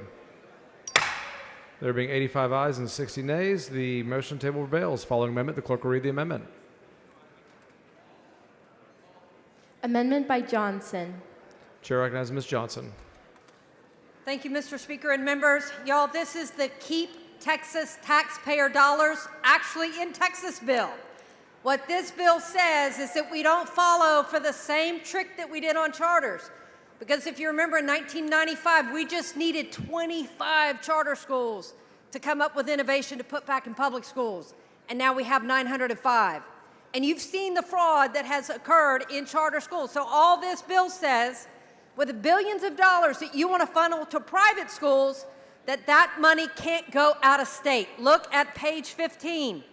It says that they can send money if the school is located in or the vendor is registered in the state of Texas. So I don't want to see what we had happen where we were sending Texas taxpayer dollars to bail out a failing school in Colorado. Vote for this amendment to keep Texas taxpayer dollars actually in Texas. I move adoption. Chair recognizes Dr. Buckley. Thank you, Mr. Speaker. Members, the bill currently requires that an education provider be located in Texas, and any vendor must be licensed and legal to do business in Texas, and therefore I respectfully move to table the amendment. Chair recognizes Ms. Johnson. I get that they can be registered in Texas, but it doesn't say they can't share a registration out of state. Mr. Wu, for what purpose? Would a lady yield for questions? Ms. Daly, yield for questions. She Representative yields. Johnson, you're not talking about a hypothetical situation, are you? No, we've already seen this happen. This is a real situation where somebody running a charter school in this state took tens of millions of dollars of our taxpayer money and sent it out of state for his own benefit. Third Future Schools, the same guy that has been put by TEA Commissioner Mike Morath in charge of HISD, sent Texas dollars that the law says charter schools need to stay in Texas. And they sent administrative fees, and it happened to bail out schools failing in Colorado. All I'm praying for is don't fall for the same scam. All we're asking is Texas taxpayer dollars have to stay in Texas. The way it's written right now, you just have to have a vendor registered in Texas. Doesn't say they can't share a registration out of state and funnel our taxpayer dollars to another state. Just keep the money in Texas. Ms. Mayor, for what purpose?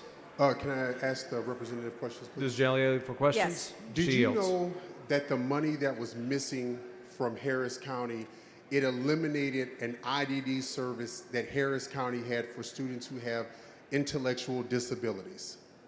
It's shameful.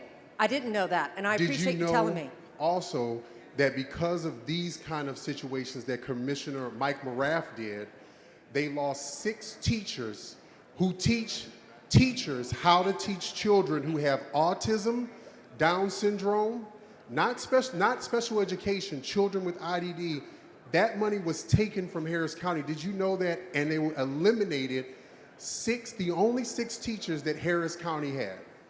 I did not know that, and I appreciate you sharing it. And that raises the highlight of the heart of this whole bill. Texas Constitution, our founders said that we should pay to fully fund public education, that every child should have an opportunity. And since the 1990s, rather than fully funding for the last 3 decades, we keep blaming public ed and pushing money out to other people, lining their pockets. And this bill just says, if you're going to line somebody's pocket, can we at least just make sure it's Texas pockets and that you're not funneling it to a bunch of other people in other two other states? questions. How much money, do you know how much money was lost that Harris County lost because of what Commissioner Mike Morath did by having that money sent out of state to an out-of-state school? Tell me. It was in, it was over $10 million, if I'm correct? Millions. Yes, millions. And the average, do you know how much the average teacher in Harris County makes? No, tell me. They make anywhere between $60,000 to $90,000. Do you think that we could have afforded to have more than 6 IDD teachers if we kept that money in Harris County, in Texas? I pray we were debating fully funding public ed and investing as opposed to pushing it to the side. And let me be clear, I ain't for lining anybody's pockets. I'm just telling you, if you don't pass this amendment, you're saying, oh, it's okay to line pockets out of state. Thank we you don't want to so do much. it anyway. We should be spending the money wisely. We should be avoiding fraud. This avoids fraud by saying that people who are vendors registered in Texas don't push their money someplace else. Thank you Protect so much. This is a Texas great amendment. taxpayer dollars. Thank you so much. Move adoption. Ms. Johnson sends up an amendment. Mr. Buckley moves to table. A record vote has been requested. The clerk will ring the bell. Show Mr. Hunter voting aye. Ms. Jones of Harris voting nay. Have all members voted? Have all members voted? There being 87 ayes and 57 nays, the motion to table prevails. Following amendment, the clerk will read the amendment.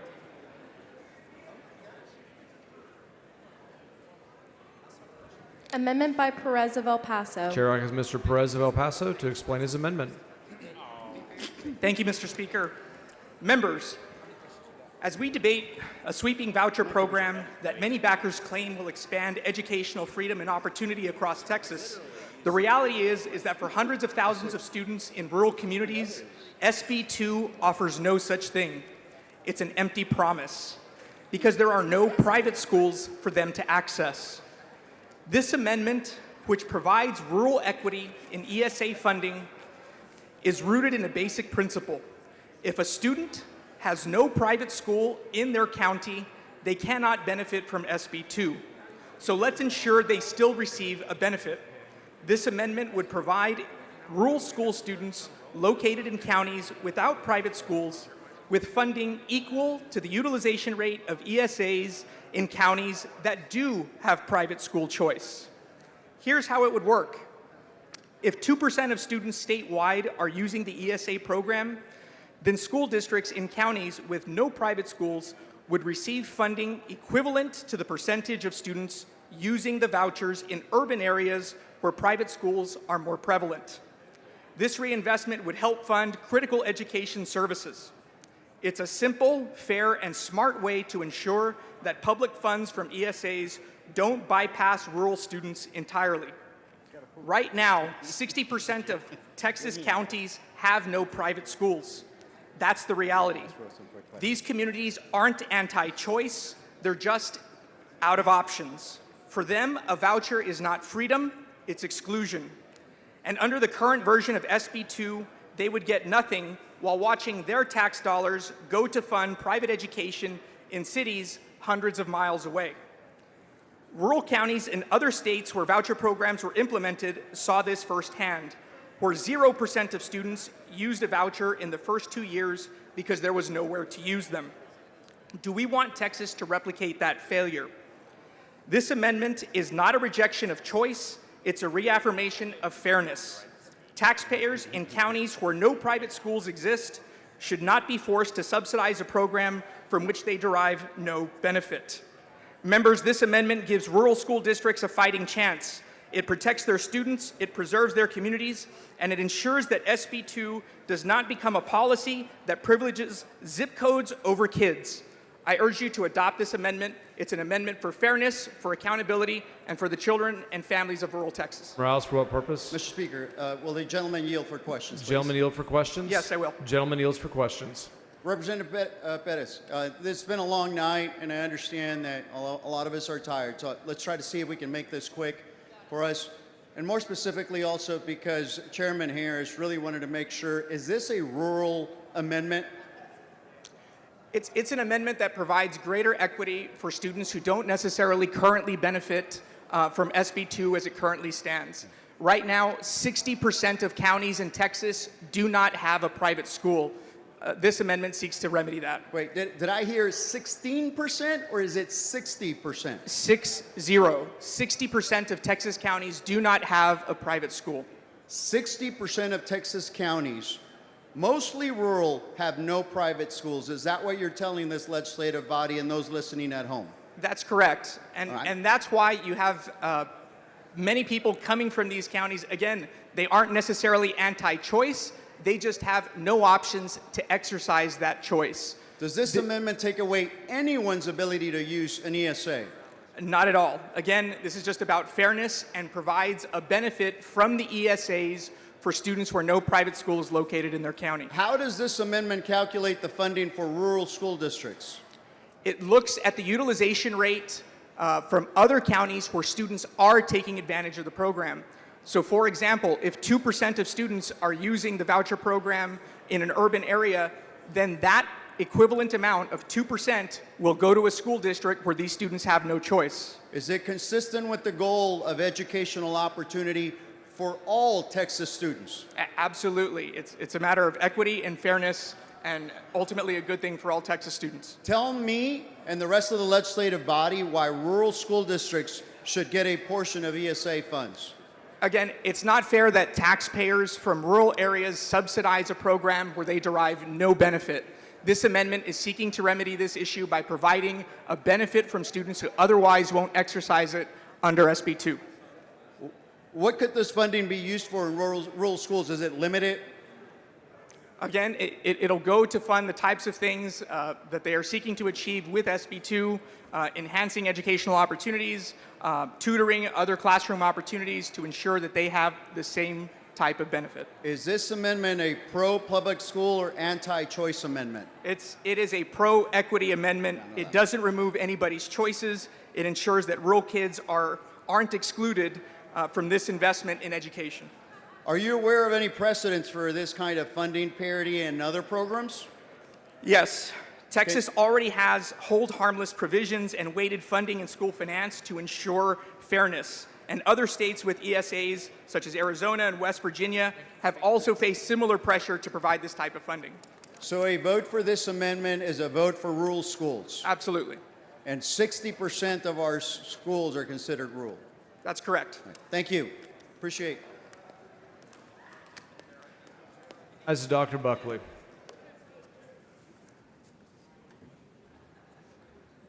Thank you, Mr. Speaker. Members, this is a universal program to include homeschool students, and I move to table the amendment. Chair recognizes Mr. Perez. Mr. Speaker, Mr. can Morales. I ask the question and answer between Mr. Pettis and I be reduced to writing, please? Yes, you've heard the motion. The objection. Chair is none so ordered. Mr. Perez to close. Again, members, this is a matter of equity and fairness. Again, taxpayers from rural areas should not be forced to subsidize an education bill where they derive no benefit. This provides an equal playing field and provides a benefit from those who currently don't see any. I urge adoption of this amendment. Mr. Perez sends up an amendment. Mr. Buckley moves to table. The question occurs on the motion on the table. Clerk will ring the bell. Show Mr. Hunter voting aye. Mr. Buckley voting aye. Have all members voted? Have all members voted? Mr. Harris voting aye. There being 88 ayes and 60 nays, the motion on the table prevails. Following amendment, the clerk will read the amendment.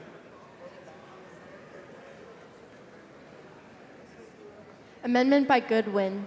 Chair recognizes Ms. Goodwin to explain her amendment. Thank you, Mr. Speaker. Members, so this voucher bill is addressing private schools run by private people, private companies, what have you. And as we've heard in some of the prior amendments, private schools don't necessarily have to follow the same rules regarding testing, regarding safety. They may not have the same background checks for their staff. But what about when a private school now is accepting more public dollars than private? In other words, if they are receiving so many voucher students that over 50% of their revenue is coming from public tax dollars, should they not then be considered public schools? And should they not then have to follow the same rules that all of our public schools have to follow? So let me just run that by you again. This amendment simply says that if a private school is now receiving more of its funding from public tax dollars, then they would have to follow the same rules as our public schools. Move adoption. Chair recognizes Dr. Buckley.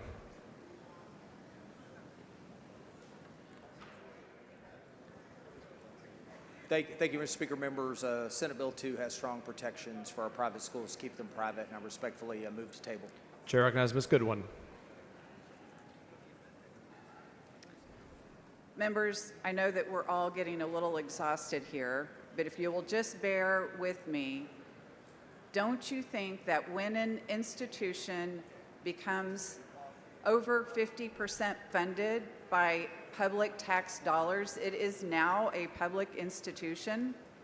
And shouldn't it have to follow the same rules as our public schools?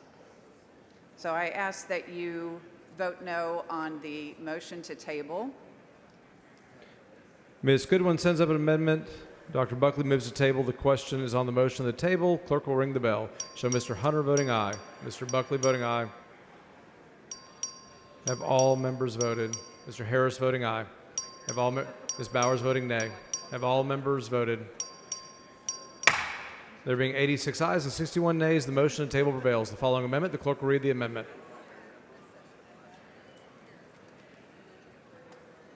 Amendment by Moody.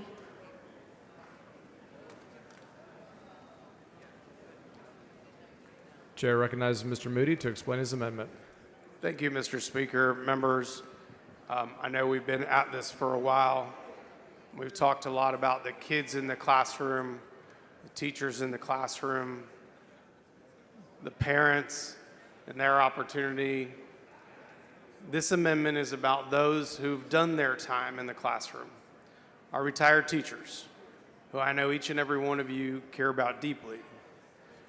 This amendment's pretty straightforward, and what it would do is if we see a reduced school district and open enrollment charter school enrollment have a negative impact on TRS, then the comptroller would work with TRS to make sure we keep those funds actuarially sound.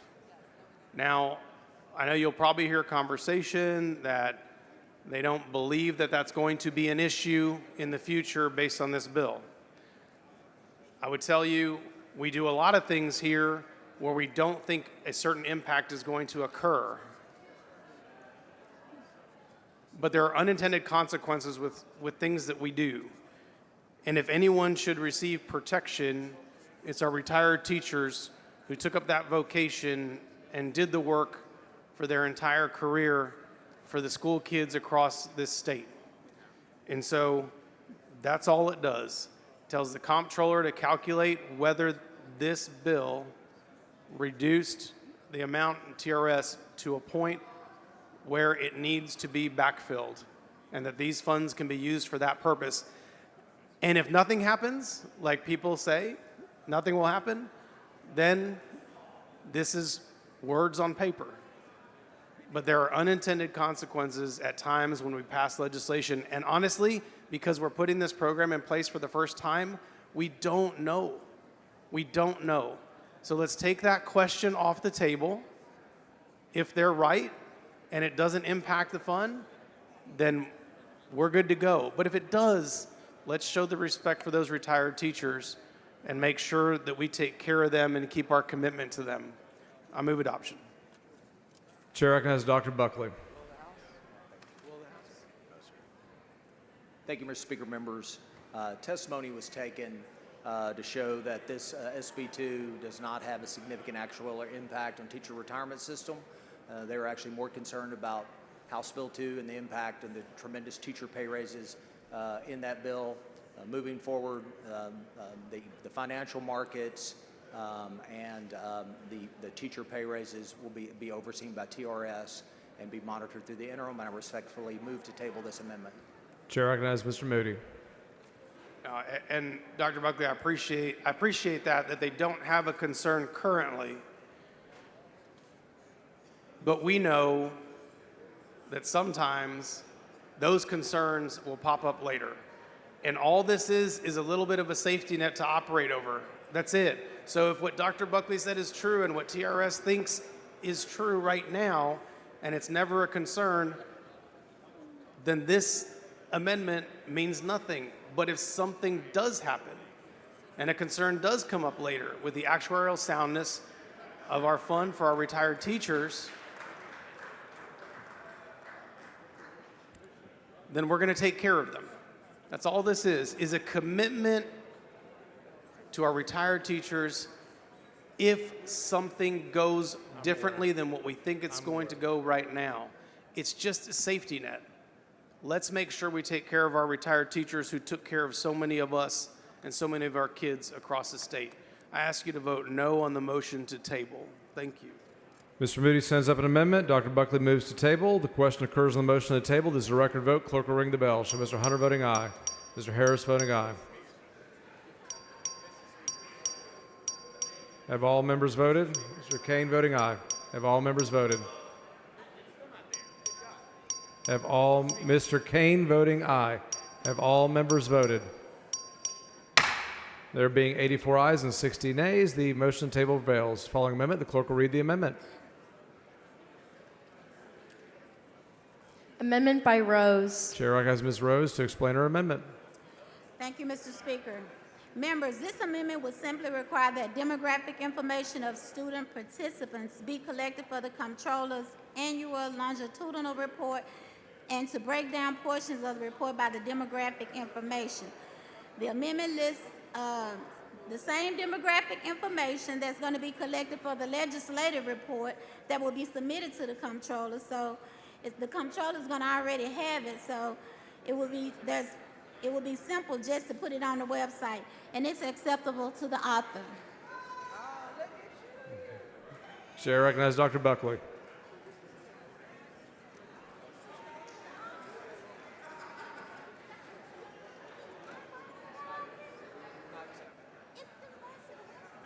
Chair recognizes Dr. Buckley.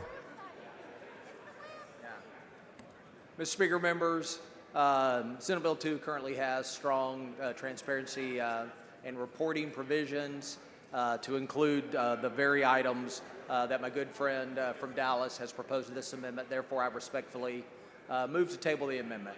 Chair recognizes Ms. Rose.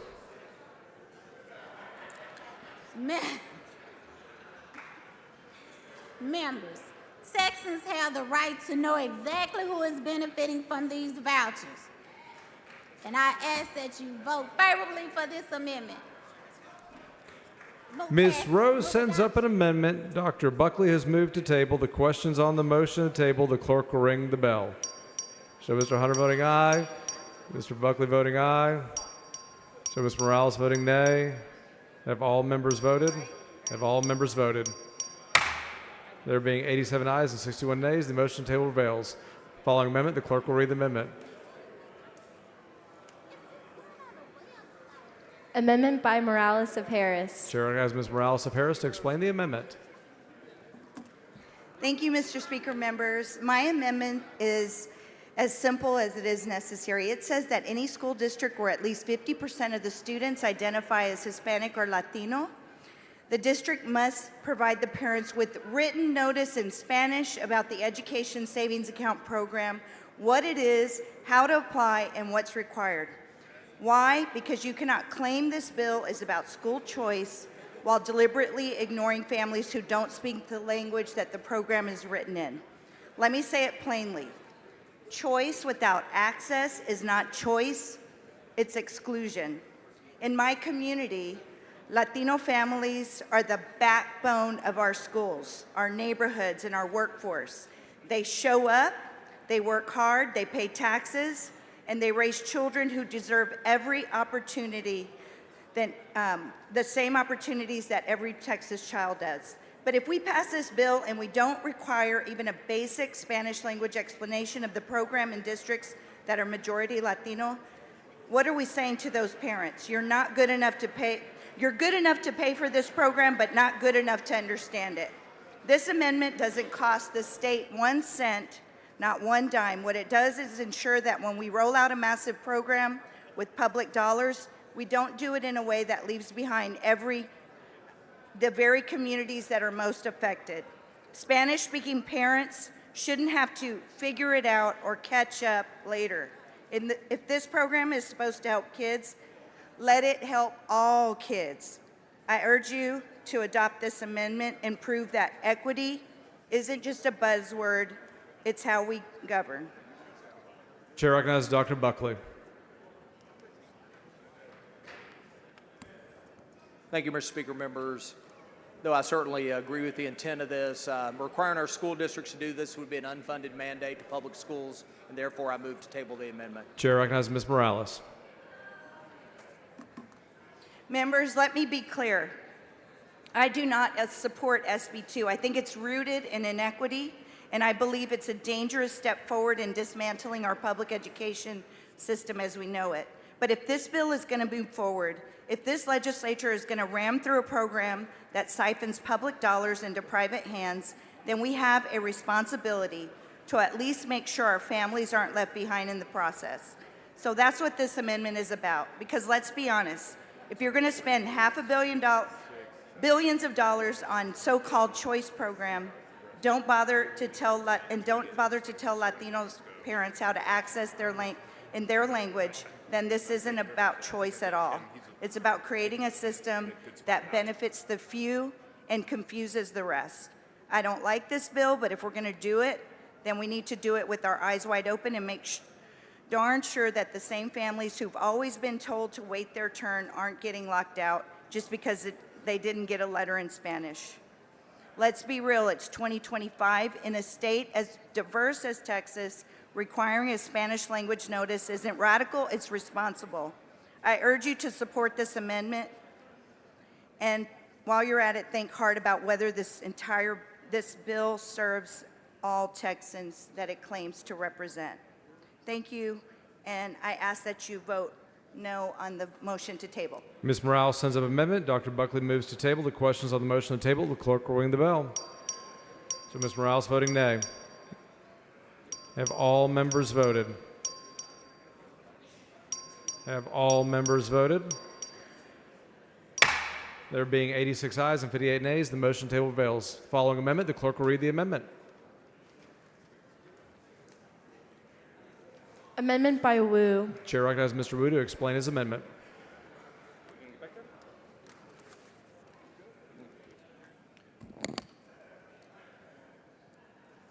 Mr. Speaker, members, I'm laying out this amendment because my last amendment that would bar us from participating in this program and not enriching ourselves off of this bill. Now I'm laying down this amendment that prohibits our membership of the Texas legislature from serving on the boards of private schools that accept funding through the voucher program created by this bill. We are debating a significant shift away from funding public schools to support private education in this state. We must ensure that Texans can trust legislators are not writing policy with a vested interest in these private institutions. This amendment is about transparency, integrity, and ethics. It draws a clear ethical line. If you are crafting the law, creating the program, you should not be simultaneously sitting on the board of a school that stands to financially benefit from it. Texans expect us to play by the rules and write the rules apply to ourselves as well. Let's hold ourselves to the same standard we expect of others when the tax dollars are involved. Members, I move adoption. Chair recognizes Dr. Buckley.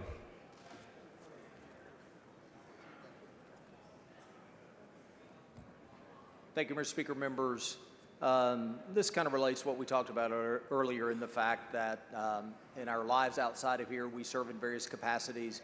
On many of us on boards, I would imagine, that receive state dollars. And also, we have personal financial statements to disclose that activity, if there is any, and therefore I respectfully move to table this amendment. Chair recognizes Mr. Wu. Thank you, members. While all that may be true, this is something that is deeply problematic for this body. Over and over again, our body is seen by the public as taking care of ourselves before taking care of the public. Time and time again, we take care of favors for our friends, for people who donate to us, billionaires who write $10 million checks, and many other things. We say, what happened to the public's voice? What happened to what the people want? What happened to taking care of all of us? This is about an issue that our American public is enraged about, that we take care of those who already have, people who already have power, who already have money, and we leave behind the people who are struggling every single day. We saw this in the amendments that we refused to cap this program at $150,000 of income. And all these other things, we refuse to block ourselves off from the program that we are creating. This is an ethical boundary, and I urge you to vote no on the motion to table. Mr. Wu sends up an amendment. Dr. Buckley moves to table. Question occurs on the motion to table. Clerk will ring the bell. So Ms. Wiener voting nay. Have all members voted? Have all members voted? There being 86 ayes and 61 nays, the motion to table prevails. Following amendment, the clerk will read the amendment.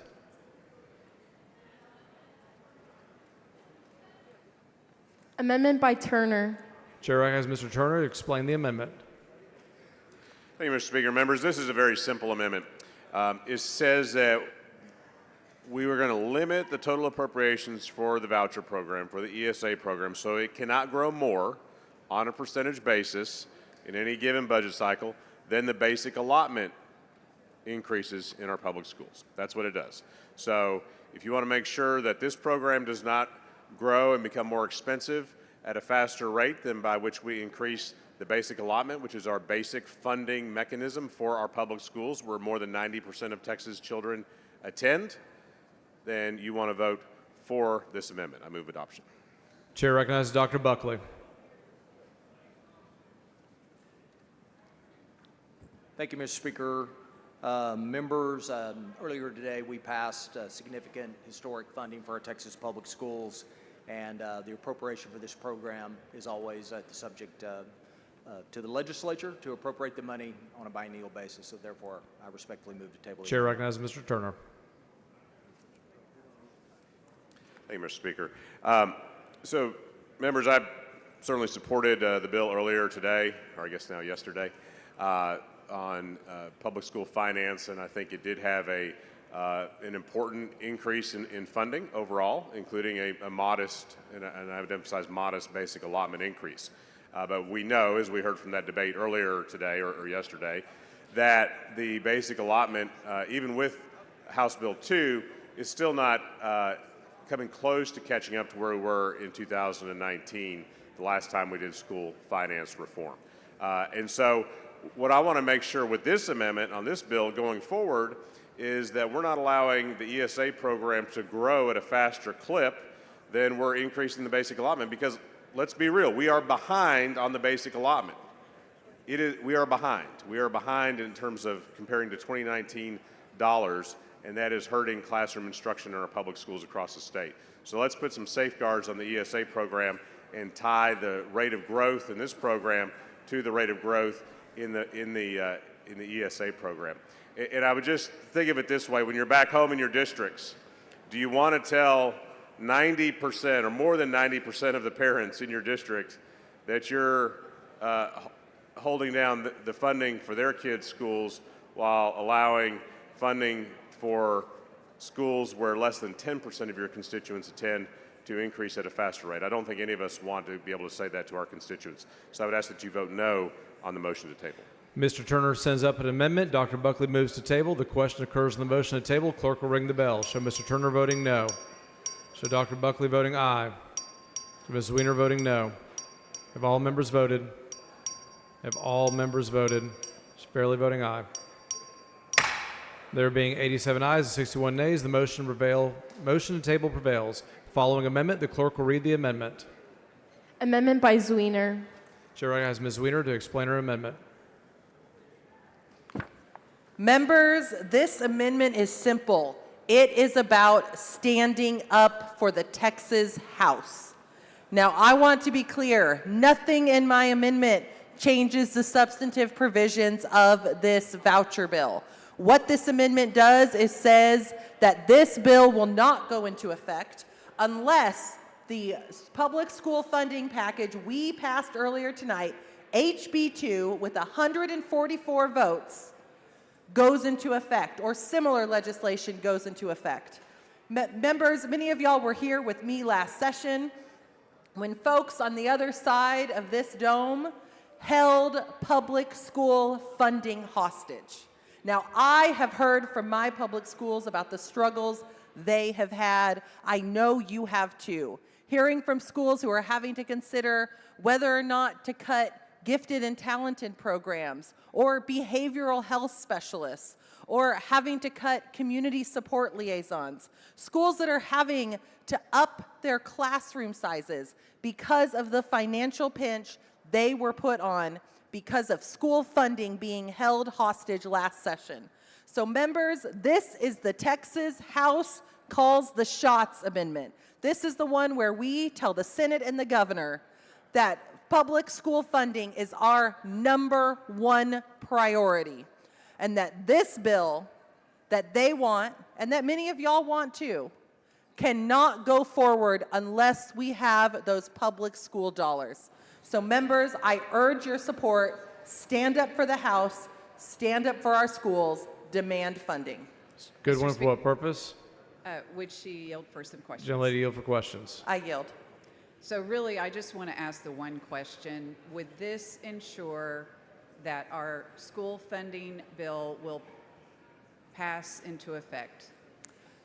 Representative Goodwin, I don't think anything can guarantee what happens on the other side of this dome. I've been here 4 sessions. That's a mystery I haven't unlocked yet. But this amendment will give us more capital in negotiations with that body to make sure that my schools, your schools, every single public school in Texas gets the needed infusion of funds that we provided today in HB2. So everyone who voted for the school funding bill earlier tonight, yesterday, should be in favor of this amendment, correct? Absolutely. If you support HB2 carried by Chairman Buckley earlier this evening and more dollars for our public schools, you should support this amendment so the Texas House goes into our negotiations with the other chamber with the most leverage possible.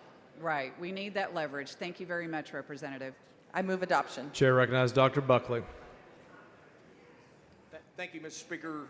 Members, what we've done here today is exactly what we committed to do, and that was to keep these two issues separate.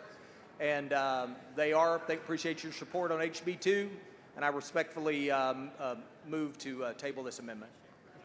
Chair recognizes Ms. Weiner. Members, there is no more important issue than public school funding. Let's send that message loud and clear to the other chamber that this bill cannot move forward without our school districts getting the needed infusion of cash that they desperately have been asking all of us for. I urge you to vote no on the motion to table. Ms. Weiner sends up amendment. Dr. Buckley moves to table. Record vote has been requested. Clerk will ring the bell. Show Ms. Weiner voting nay. Ms. Jones of Harris voting nay.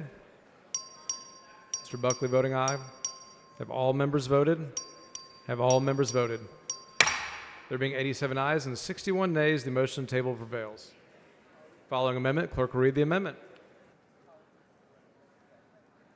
Amendment by Jones of Harris. Chair recognizes Ms. Jones of Harris.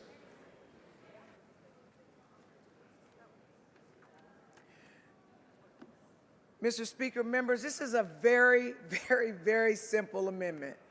And all it asks for is that for teachers in private schools to be certified. Because if we're spending public money in private schools, then private school teachers need to have the same certifications and requirements as public schools. And I move adoption. Chair recognizes Dr. Buckley. Thank you, Mr. Speaker. Members, about 54% of our new hires in our public schools are uncertified. Thank you for your support on HB2. That'll change that. And with that, I will respectfully motion or move to table this amendment. Chair recognizes Ms. Jones of Harris. So this is what I have to say to that motion to table. Don't table it. Don't duck this vote. If public money's on the table, certification should be the standard. No certification, no compensation, not without public money.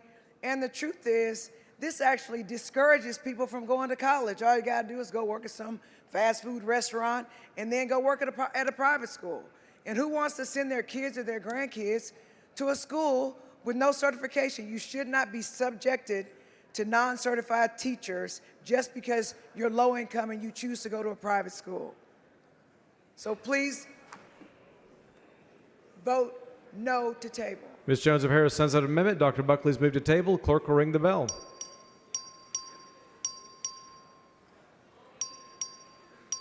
Have all members voted? Have all members voted? There being 87 ayes and 60 nays, the motion and table prevails. Following amendment, the clerk will read the amendment. Amendment by Jones of Harris. Chair asks Ms. Jones of Harris to explain the amendment. I just want you to know this is my last amendment. So, I think that a lot of people who are hearing about this voucher bill believe that $10,000 is going to tuition. Well, let me read to you what the bill says without the amendment. It says that 85% of the estimated statewide average amount of state funding, which is $10,000, we double it to 170%, which gives you an additional $10,000 for tuition, because you can use the voucher money, but it's not all going for tuition. So what I want to do is, if you get into a school that you're guaranteed at least $10,000 for tuition, And then for all those other things that you need in private school, uniforms, books, software, all of those things. So that's what I'm asking you to do, is to please make sure that if the kids can get into the private school, if we assume that the private school is worth $10,000, the poor families are going to need more money to be able to compete in the school, and that's all I'm asking you to do. Chair recognizes So I Dr. move Buck- adoption. Chair recognizes Dr. Buckley. Mr. Speaker, members, I move to table. Chair recognizes Ms. Jones of Harris. Again, I'm going to ask you not to table this amendment. $10,000 is not a lot of money when it comes to private school, and they're going to need more than just to get into the school. Our children are going to need books and uniforms and all those other things. So please, please, please don't table this amendment. Ms. Mr. Rose, for what Speaker, purpose? Does the gentlelady yield? Generally yield for questions? Yeah, Generally Representative yields. Jones. Yes. Oh, thank you, Mr. Speaker. Representative Jones, you're bringing up a great point, because in Harris County and in Dallas County, the tuition average is over $10,000, right? Yes. And so what you're just trying to do is make sure that if a child in those areas would like to participate in the program, that they have access to the funds that they need to be able to participate in the private school, correct? That's exactly what I'm asking for. I think you have a great amendment. Thank you. And let me say this. When you go to these schools, let's say you get to the private schools and you are competing with kids whose parents can actually afford the private schools without the vouchers. Those kids are going to have things. Trust and believe. When your children go to these schools, when your grandchildren go to these schools, and the kids around them have things that they don't have, they're going to feel like second-class citizens. If the other kids have uniforms and they can't afford uniforms, they're going to be second-class citizens. If the other kids can afford the extracurricular activities at these schools, and your and the poor kids cannot, they're going to feel like second-class citizens. We have enough of bullying just with kids' development, emotional development. We don't need bullying in the form of, this kid has everything and I don't. Because trust and believe, with the lack of, the lack of brain development at that age, we're gonna create kids who are gonna feel second class. They're not gonna feel like they fit in, and they're gonna be lost. And we, I believe, as a legislature, have the obligation to make sure if we put these children in these environments, in these situations, then we need to put them in that situation where they have all the resources they need, the financial resources they need to fit in, because it's hard enough to be a kid. I move adoption, and I hope that you don't table this amendment. Ms. Jones of Harris sends up an amendment. Dr. Buckley has moved to table. The question is on the motion to table. The clerk will ring the bell. Show Ms. Jones of Harris voting nay. Have all members voted? Have all members voted? There being 87 ayes and 61 nays, the motion to the table prevails. The following amendment, the clerk will read the amendment. Amendment by Wu. Chair recognizes Mr. Wu to explain his amendment. Thank you, Mr. Speaker. Members, let's be honest about what we do. Let's call things what they are. That this amendment would rename this act as the Siphoning Classroom Assets for Millionaires Act, SCAM, because that's what it is. Because earlier you heard Dr. Buckley on HB2 talk about how we're going to put almost $8 billion into the education system, and it still won't take us back to even 2019 levels. Why? Because we're actually about $15 billion short. And here, right now, this is a scam, because this bill right here, this bill is taking away money that could go to keep your schools open. That this bill is what is keeping your school from getting more money. That this is a scam because this is taking money from the public, from our public schools, from our neighborhoods, taking money from our neighbors, our friends, our family that pay into this, and taking it and giving it to people for their private use, for private schools to receive a private religious education. This is a scam because Dr. Buckley came up here and said, well, if you're rejected from a school because you're the wrong religion, that's not discrimination.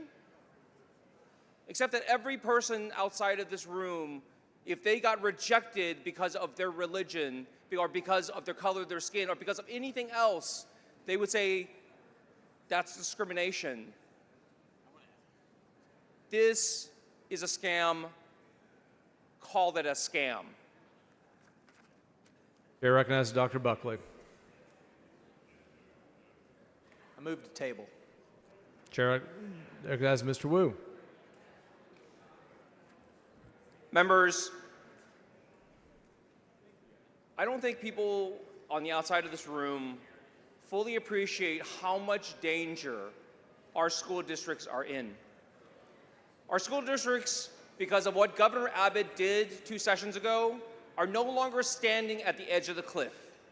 They have been pushed over and are currently just hanging on by their fingernails. We were supposed to help them pull them up. We were supposed to make things better, and instead, we're going to take more money away. That's a scam. Call things what they are. Mr. Wu sends up an amendment. Dr. Buckley has moved to table. The questions on the motion to table. The clerk will ring the bell.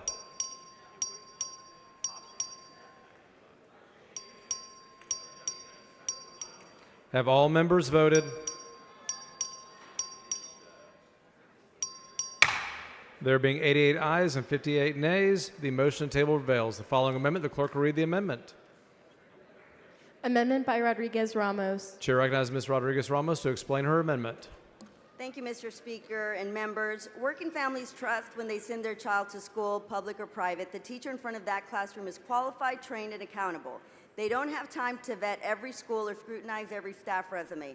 That's why we have standards to ensure every child, regardless of where they live or how much their parents earn, has a certified teacher prepared to meet their needs. This amendment requires private school teachers in districts using voucher funds to be qualified teachers as demonstrated through certification. The amendment simply requires private school educators and administrators to meet the applicable requirements under Subchapter B, Chapter 21 of the Texas Education Code relating to certification of educators. In Texas, private school teachers are not required to be certified. The repercussions of this are evident, and we cannot ignore them. Members, if we're going to use public dollars, families deserve the same level of assurance. A student in a voucher-funded classroom should not have fewer protections or lower quality instruction than their neighbor in a public school.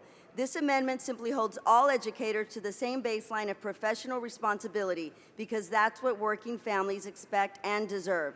Show you care about providing all Texans with the educational resources to achieve economic prosperity and stability. Vote yes on this amendment. Thank you, Mr. Speaker.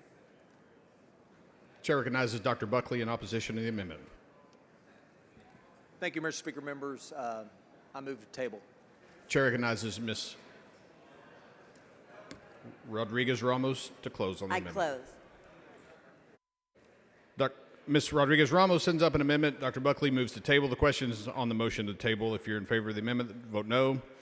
If you're opposed to the amendment, vote yes. A record vote has been requested. The clerk will ring the bell. Show Mr. Moody voting nay. Show Mr. McQueenie voting aye. Have all voted?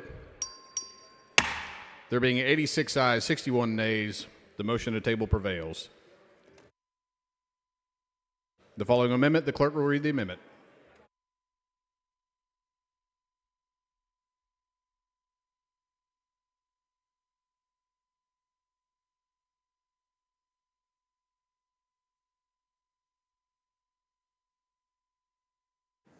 Amendment by Rodriguez Ramos.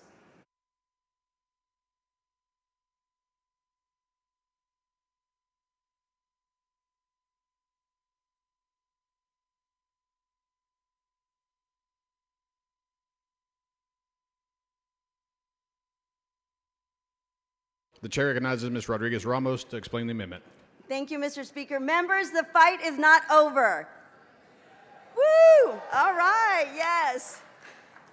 This amendment ensures fairness for the families this bill claims to serve and prevents our taxpayer dollars from going to schools with completely unaccountable admission and curriculum standards. As written, SB2 would allow private schools receiving public funds to use their own admissions criteria and use any curriculum they choose, with no requirement to follow state standards or accept every student who applies. Let's think about what that means in real terms for working families. A family struggling to make ends meet might receive a voucher only to find that the private school down the road doesn't accept students with learning differences, or that their child's discipline record, test scores, or even zip code make them ineligible. Another family might assume they're choosing a school that prepares their child for college or career, only to discover that the curriculum has no alignment with TEKS, no transparency, and no oversight. There are documented cases where taxpayer money intended for education has been misused to propagate ideologies such as white nationalism, unfounded conspiracies, and other dubious content like the Great Replacement theory. We have seen neo-Nazi approved curriculum used by homeschool parents, curriculum pushing Christian nationalist ideas, and others teaching that COVID and global warming are a hoax, and others erasing the reality of our history to deny the Holocaust. In fact, a school in Florida showed PragerU material showing a cartoon representation of Frederick Douglass describing slavery as a compromise and as beneficial to both sides, portraying slavery as not so bad as extremely dangerous. We are essentially sanctioning a Soviet Union-style education. Our public school curriculum, shaped through careful consideration of educational experts, strives to provide a well-rounded, fact-based education. This amendment says, if you accept public money, you accept public responsibility. You don't get to take taxpayer dollars and then turn around and pick and choose which kids are worth educating or teach a curriculum that doesn't meet basic educational standards. Members, let's not create a parallel system with lower accountability and higher barriers for the families who are already navigating the toughest challenges. Let's make sure that if public funds go out the door, they go to programs that are open to all kids and committed to quality. I urge you to support this amendment. I move adoption. The chair recognizes Dr. Buckley in opposition to the amendment. Thank you, Mr. Speaker. Members, I move to table. Chair recognizes Ms. Rodriguez-Ramos to close on the amendment. I close. Ms. Rodriguez-Ramos sends up an amendment. Dr. Buckley moves to table. The question is on the motion to table. If you're in favor of the amendment, vote no on the motion to table. If you're opposed to the amendment, vote yes on the motion to table. A record vote has been requested. The clerk will ring the bell. Show Mr. Alcott voting aye. Show Mr. LaHood voting aye. Show Ms. Jones of Harris voting nay. Have all voted? There being 86 ayes, 61 nays, the motion to table prevails.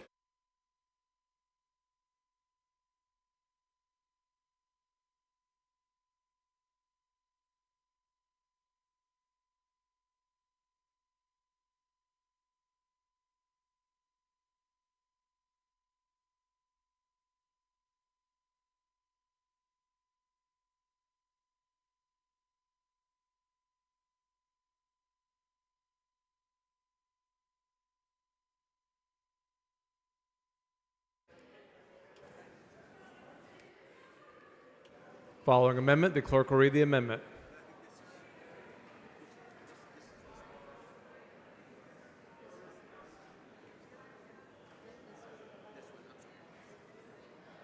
Amendment by Rodriguez-Ramos. Chair recognizes Rodriguez-Ramos to explain her amendment. Thank you, Mr. Speaker. Members,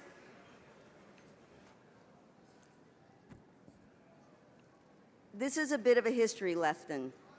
That any parent, guardian, or other person having custody of any child and receiving any grant for the benefit of the child who shall expend any portion except as herein provided shall be guilty of a felony. If you misuse program funds, you get a felony charge. While this is the intent of my amendment, I did not write this language. My amendment was written in 1957 when this body passed House Bill 235. Members, 66 years ago, in light of the Supreme Court decision Brown versus Board of Education of Topeka, which ordered our public schools to desegregate, our legislative body sat down and agreed upon the following language, quote, Section 7, the fact that each person in this state has the right to avoid forced integration in the schools, and that this act will provide a means for fair choice of school, creates an emergency. Just like in 1957, Governor Abbott and his billionaire mega donors are trying to manufacture the exact same school choice emergency, but this time with even less accountability than we had in the 1950s. My amendment does what that original amendment did and creates a felony charge for vendors and providers who misuse program funds under Section 29359. And if they misrepresent their accreditation to gain approval or otherwise violate Sections 29358. My amendment also holds the comptroller accountable for approving schools that do not meet the requirements of this section and for violating their duties under this section.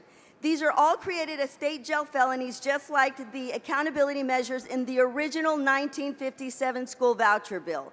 We've been here before. We are witnessing the very same racist Jim Crow playbook resurrected so that wealthy families can send their kids to unregulated and segregated private schools. The intent of the 1957 bill was clear and held large repercussions for misuse.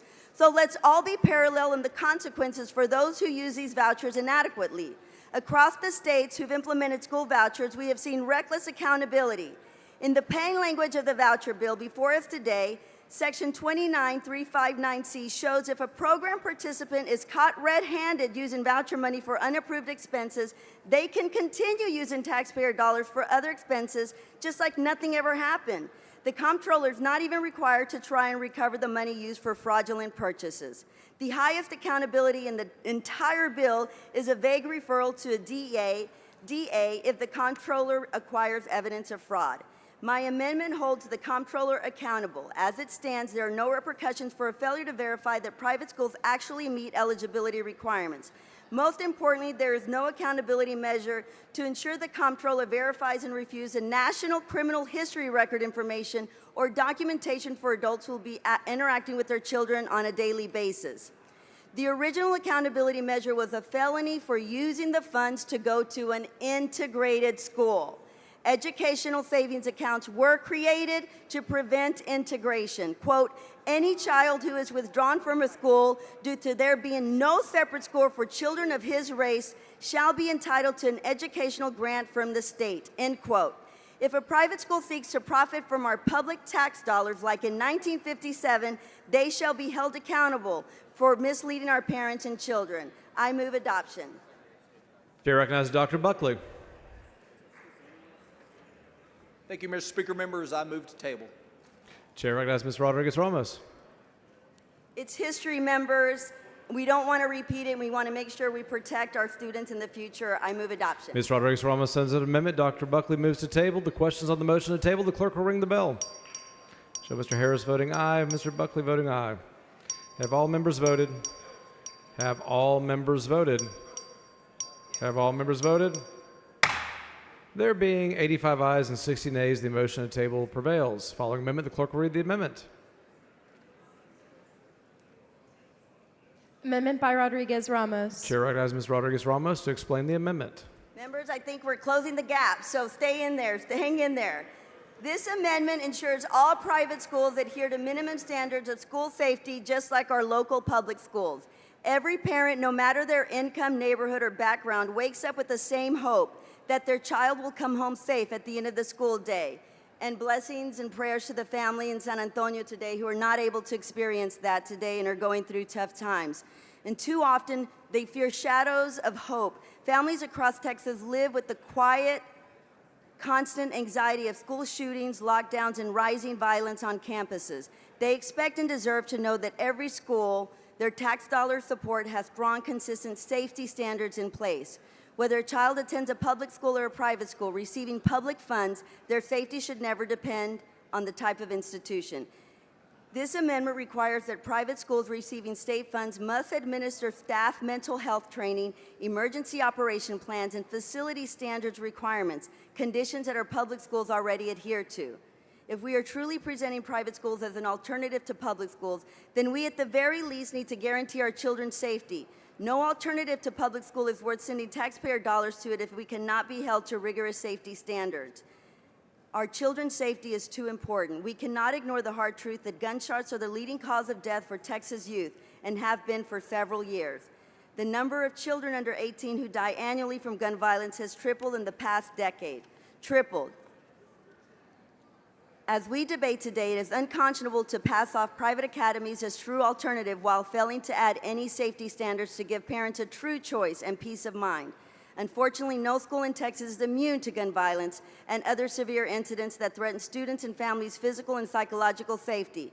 My amendment simply applies public school safety requirements to private schools, taking voucher money so that we can rest assured that we have done the right thing to keep all our students in Texas safe. I move adoption. Chair recognizes Dr. Buckley.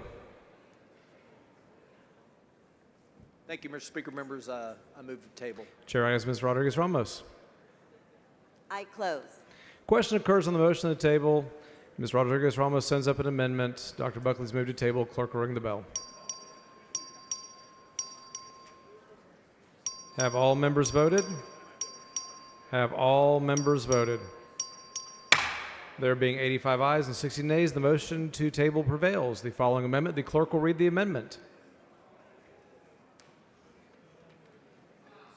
Amendment by Rodriguez Ramos. Chair recognizes Ms. Rodriguez Ramos to explain her amendment. Mr. Speaker, members, this amendment ensures that private schools accepting voucher funds provide fundamental federal and state protections for special education students and requires private schools to actually implement a student's individualized education plan. Texas, at the end of the day, all private schools receiving state funding must be equipped and required to serve students with a variety of learning and developmental disabilities because private schools specializing in special education simply do not have the capacity to serve the special needs student population of Texas on their own. Mr. Speaker. Texas parents have spoken. Ms. Hinojosa, for what purpose? Will the gentlewoman yield for a question? Generally yield for questions. Yes, I yield. She yields.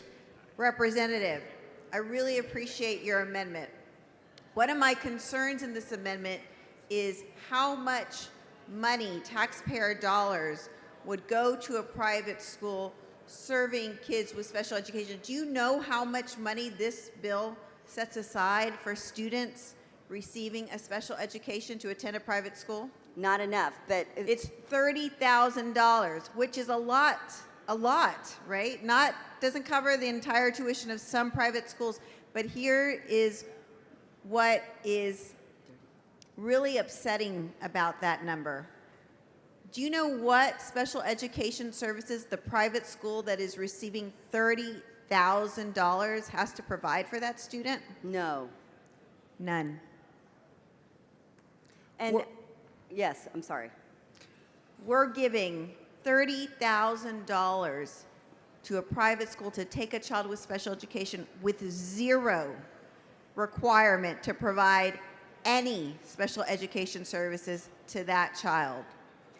And this amendment's important, and I appreciate your comments because in my community, one of my constituents, one of my neighbors, the child was a special needs child, went to a Catholic school, a private school. The parents are very devout Catholics, and they wanted to do everything they could to keep him in the school. But the school did not have the resources. In fact, the child kept getting punished and put in different classes and was not meeting his academic needs, that the parents ultimately had to remove the child from the parochial school and put him back into public school where he is thriving and graduates actually this year. So there is not, and over again, the parents tried to keep them there, but the Catholic school did not have the resources nor the energy, the parents would say, to really address the needs of the special needs of the child. So we don't want that to happen across the state. And do you think that Texas taxpayers understand that not only are private schools going to be allowed to continue to discriminate against students who require special education, but now they're going to get $30,000 in taxpayer money to continue to fail to provide that required service and education to those kids? Yes, and it's unfortunate because in listening to the hearings that you're part of the committee, we heard over and over again, especially from our Catholic school parochial, this may not be the environment for them, which was code to, we don't want them, we can't serve them, and we're going to figure out ways to eliminate them. And it was unfortunate because those statements were cryptic in many ways, but basically saying that we'll take the money, but we don't want the problems that come with the issues and the challenges that come with the children, and it's unfortunate. And did you know that already a requirement of federal law is that if an ISD cannot serve the needs of a student in special education, that they are required to pay for a private education, but that actually provides the services that students need. That is already in law. But instead of using that responsible expenditure of taxpayer dollars where we get what we pay for, this bill gives free money to a private school with no requirement that a special education is provided to that child who needs it. And parents will not have a recourse to address that issue. There is no school board. There's no public elected officials in your local Catholic or private school. You file a complaint and it goes into somebody's email and you never get a response. Fortunately, in the public, the ISDs, we have those venues where community can complain, remove leadership, change leadership, do whatever it needs to get those services to their children. So it's unfortunate that we're not providing those safeguards. Thank you. Chair recognizes Dr. Buckley. Thank you, Mr. Speaker. Members, I move to table. Chair recognizes Ms. Rodriguez-Ramos. Move passage. Question occurs on the motion of the table. Clerk will ring the bell.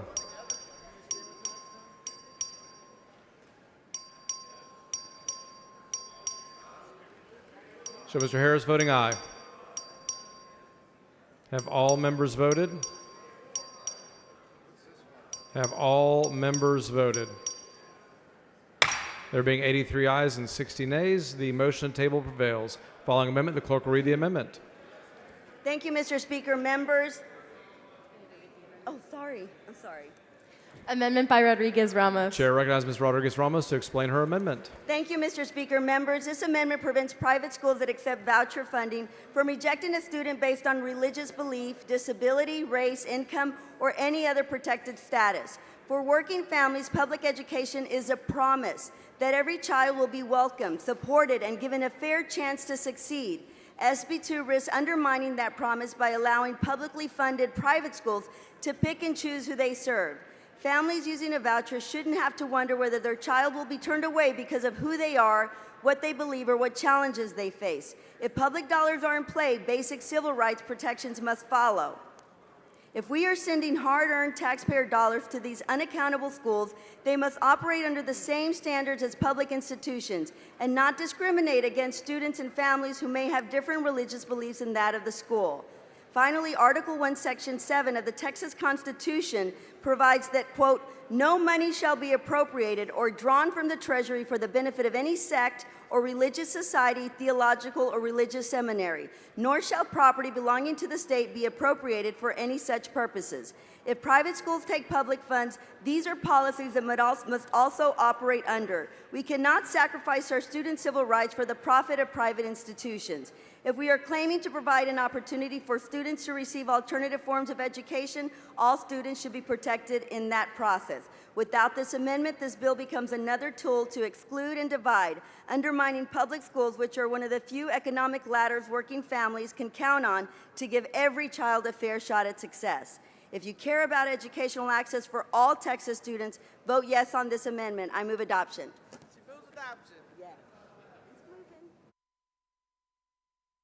The chair recognizes Dr. Buckley in opposition to the amendment. Thank you, Mr. Speaker. I move to table. The chair recognizes Ms. Rodriguez-Ramos to close on the amendment. Thank you. I close.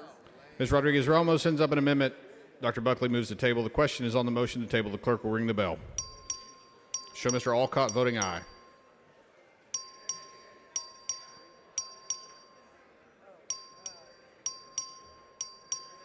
Have all voted? Have all voted? There being 85 ayes, 59 nays, the motion to table prevails. The following amendment, the clerk will read the amendment. Amendment by Rodriguez-Ramos. The chair recognizes Ms. Rodriguez-Ramos to explain the amendment. Mr. Speaker, members, this amendment ensures Texas taxpayers and Texas teachers know exactly how much private schools are paying their teachers, administrators, and superintendents. This is vital information for Texas parents trying to make the right choice for their children's education and for Texas teachers to make the right choice for their career. In 2021, full-time teachers in public schools earned about 30% more than private school teachers. Private schools also have more teacher vacancies than public schools, especially in high-demand fields like special education. While private schools are marketed as the ideal institution for educating Texas children, they are not ideal work environments by the metrics teachers identified as most important to them. Members, it all comes back to accountability. Should private schools receive Texas taxpayer dollars, they must be held to similar standards of transparency as our local schools. Only 5% of Texas teachers feel valued by elected officials in this state. Show Texas teachers that you are invested in their professional opportunities by giving them the information necessary to make informed decisions about their career trajectories. All teachers deserve access to the same pay transparency that public teachers do. I move adoption. The chair recognizes Dr. Buckley in opposition to the amendment. Thank you, Mr. Speaker. Members, I move to table. The chair recognizes Ms. Rodriguez-Ramos to close on the amendment. I close. Ms. Rodriguez-Ramos sends up an amendment. Dr. Buckley moves to table. The question is on the motion to table. The clerk will ring the bell.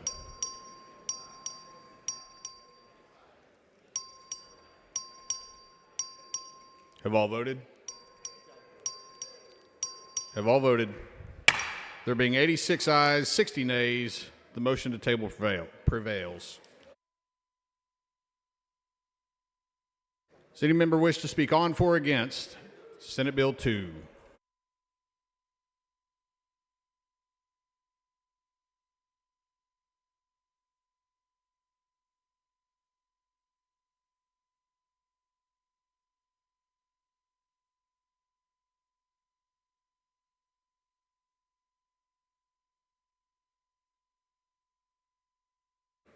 The chair recognizes Ms. Jones of Harris to speak against the bill.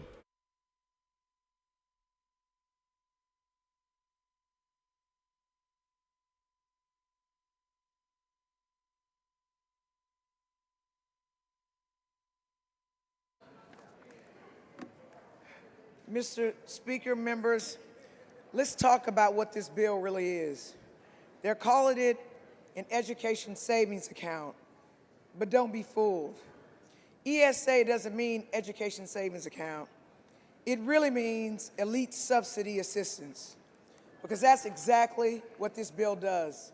It takes public dollars, money meant for public schools, and hands it to wealthy families to subsidize private school tuition they were already paying for. And who qualifies for this taxpayer handout? Families making up to $156,000 a year. And if not enough families use it, then people making any amount of money. That's craziness. That's not low income. That's not struggling. That's upper middle class siphoning public dollars out of schools that serve everyone. That's not school choice. That's welfare for the wealthy. And the only choice this bill actually guarantees is a private school's choice to reject our kids. They can reject students with disabilities. They can reject students with behavioral needs. They can reject kids because of their race, religion, gender identity, or if they simply don't fit. They can reject kids with autism. They can reject kids with special needs. Public schools can't do that. Public schools educate everyone. This bill is intentionally complicated, and that's no accident. They don't want everyday Texans to understand what's happening. They've wrapped it in fancy language. They're calling it parent empowerment. They're saying it's about giving kids a better chance. But here's the truth. Most Texans across party lines do not support vouchers. And instead of letting the people vote on it, they're ramming it through the Texas House on party line basis, far away from people's hometowns, hoping working families are too busy and too tired to notice. They're trying to sneak vouchers through the back door, but we're watching. They won't put it out to vote for the public. We see it for what it is, and we're not afraid to call it out. It's not about helping students. It's not about choice. It's about dismantling public education and giving handouts to people who already have access. This is elite subsidy assistance. This is welfare for the wealthy. This is a direct attack on public schools. And I respectfully urge my colleagues to do what's right by all kids. This bill is not well thought out. It's going to exclude most people don't truly have access to private schools. And who really wants to go to private schools where they don't have certified teachers? And I will tell you, in the Houston area, which is an area that I represent, the private schools, the ones that we know are educating kids, are anywhere from $33,000 up to about $46,000. So $10,000 goes nowhere towards helping that. And as you learned tonight, even though my amendment wasn't accepted, the $10,000 has to be spread over things you need in private education. So I'm asking you to do what's right by all kids. And although I don't represent a rural area, I fear for the rural areas because they don't have a lot of access to private schools. They're geographically spread out. How are people who have to work, if they're low income, they have to work, expected to drive their kids however far they have to drive in rural areas for their kids to attend private schools? It's not right, it's not fair, it's just wrong. And I'm gonna end on this. It's not education, what is it called? It's an education savings account. That's not what it is. It is, well, it is a voucher scan, but ESA does not stand for that. ESA stands for Elite Subsidy Assistance. That's what it is. Thank you.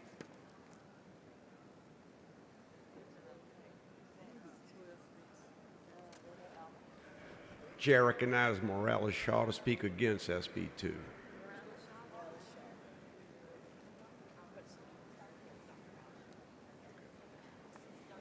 Excuse me. Chair recognizes Dr. Allen to speak against SB 2. Thank you. Microphone's not on. Thank you. I have to live with myself. And so I want to be fit for myself to know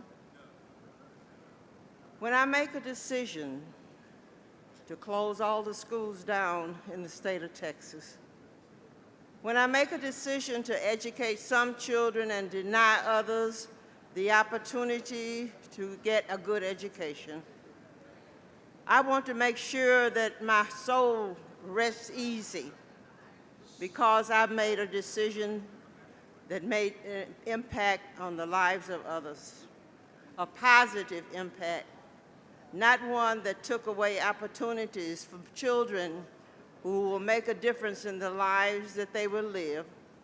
30 years from today, when we are no longer here, we will suffer the benefits of what we have done to our children.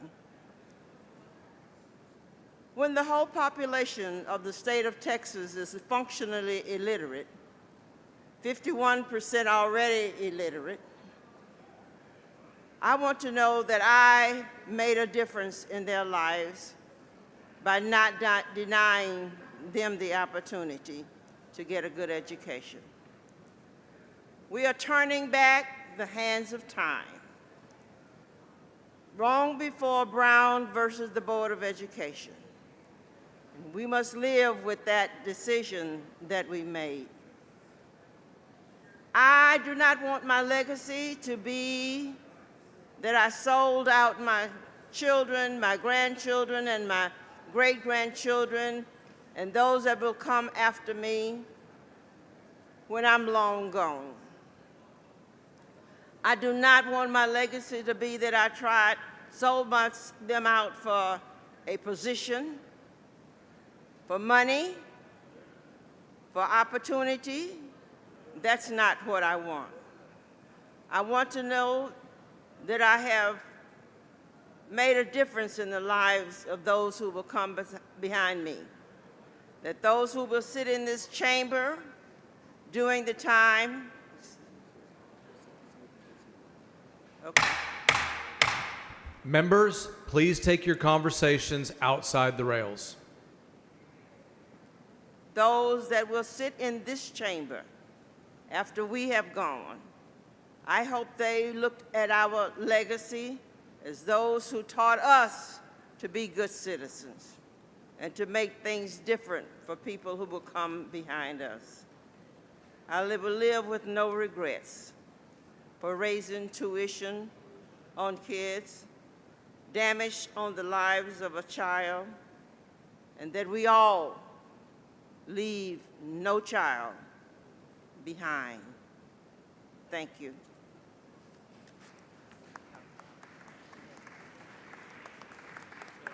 Chair recognizes Ms. Morales-Shaw.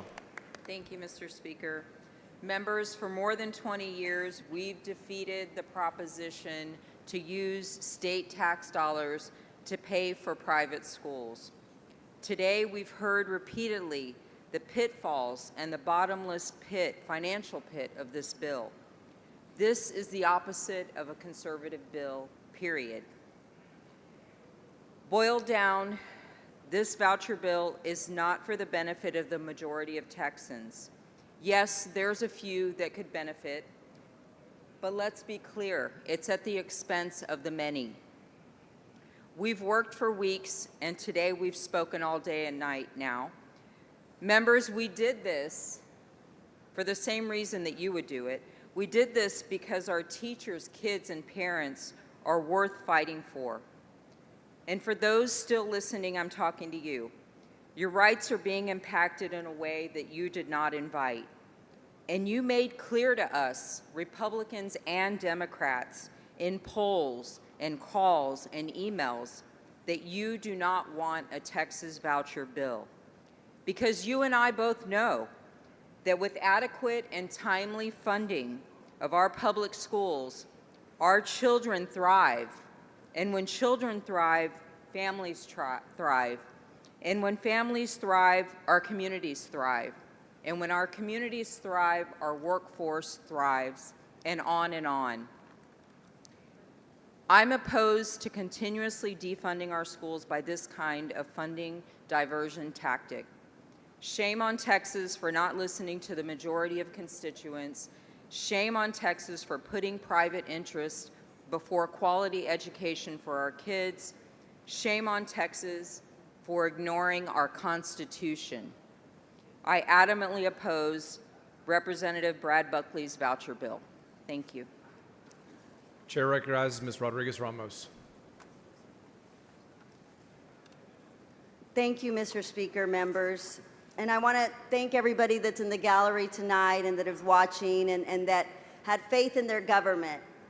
Please know we fought till the very end and we're still fighting, but the fight is not over tonight. Elections matter, and that's why we need to continue to fight. To understand the debate around school vouchers today, we have to talk about where they came from. The landmark 1954 Supreme Court decision, Brown versus Board of Education, declared racially segregated public schools unconstitutional. This was a major victory for civil rights and our nation's promise of equal opportunity. But in response, across the South, including here in Texas, segregationists launched a campaign of massive resistance. In 1955, Texas Governor Allen Shivers formed the Texas Advisory Committee on Segregation in Public Schools. And they stated that the mission plainly, the committee was created to solve what they called three major problems: the prevention of forced integration, maximum decentralization of school authority, and how the state could help local school districts maintain segregation. The committee's official report, called the Supreme Court's decision in Brown versus Board, clearly wrong and judicially unsound, and accused the court of rewriting the Constitution to suit its personal views. They attacked the legitimacy of the ruling, and they explicitly framed integration as a crisis, saying that integration was the beginning of the end of our liberty upon us. It's saying the beginning of the end of our liberty is upon us. The report urged Texas to follow the lead of other southern states. Does that sound familiar? Following the lead that had responded to integration by ending compulsory education, closing public schools, or offering tuition grants to attend private white-only academies. We're doing all of the above. It said, and I want to give a warning because they use this offensive language throughout their report, schools should be designated by the local school boards as either white or Negro, and Negro students should be assigned to Negro schools and white students assigned to white schools. Over the years, the language of this mission, of this agenda has changed, but the goals have not. Today's voucher bill, SB2, echoes the same agenda, draining resources from public schools and undermining the promise of equal education as a tool to keep one group of children separated from another. Mr. Speaker and members, we know better now, and because we know better, we must do better. Texans of all races and regions want strong neighborhood schools where every child has the freedom to learn and the resources to prosper, whether they live in the heart of Dallas, the Rio Grande Valley, or a rural town with just one spotlight. And whether they are Democrat or Republican, we have heard from everybody. But this voucher scheme, just like the ones before it, takes our public dollars and puts them in private hands. Let's be clear. This isn't about school choice. This is about power, not about the people. It's about whether our public dollars serve the public good or continue the long legacy of exclusion and division. I believe in our Texas, a Texas where every child, no matter the zip code or the color of their skin, can walk into a fully funded public school and know they are seen, supported, and set up to succeed. That's the Texas our communities deserve, and that's the Texas we can build together. If we have the courage to reject vouchers, stand on the side of justice. And I want to say, as a product of public schools, when we invested in public schools, we invested in somebody like me, who, although I dropped out of 8th grade, I was still able to return to school, get a bachelor's, a master's, and eventually a law degree because we invested in strong public schools that taught me how to think critically, that taught me how to read, so that even though I took a detour in my life because of life's issues, life happening, I was able to come back and pick up where I left off because you all invested in me. There was a time in this state and in this country where we believed in investing in children. We need to get back to that time. Members, I want to let everybody know there's scripture up here that says, I tell you, on the day of judgment, people will give account for every careless word they speak and every careless deed they make and every careless vote they take. So I encourage all of you to be mindful and invest in our children by voting against this bill.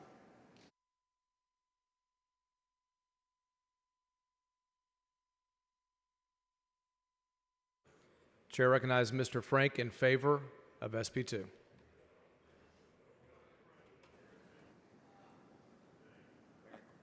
I assure you I will keep it short, sir.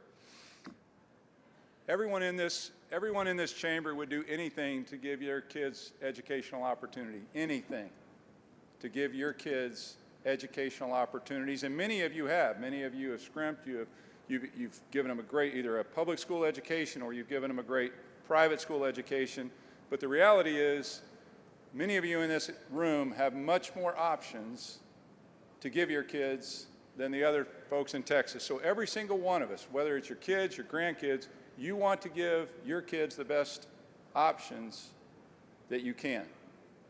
Members, what this bill does, even for those who may not like it, may not vote for it, it gives options that don't currently exist for those kids. It absolutely increases the options. Is it perfect? No, but does it increase options? Absolutely. 2 years from now, when we come back, Lord willing, and this bill passes, every single one of you will have some kids in your districts. It may be 10, it may be 20, it may be 100, it may be 1,000, that will have better options and better opportunities in their district, and those kids and those parents will be so grateful for what we do today. I urge you to vote for the bill.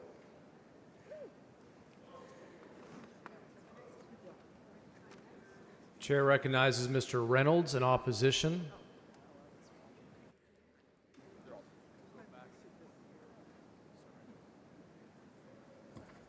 Thank you, Mr. Speaker. Members, I'm going to make this brief. I think a lot of us have made a lot of points, but I want to say this. I'm a proud product of public schools. It was public schools that helped me as someone who grew up with a single mother. It was those public school teachers that gave me confidence that I lacked.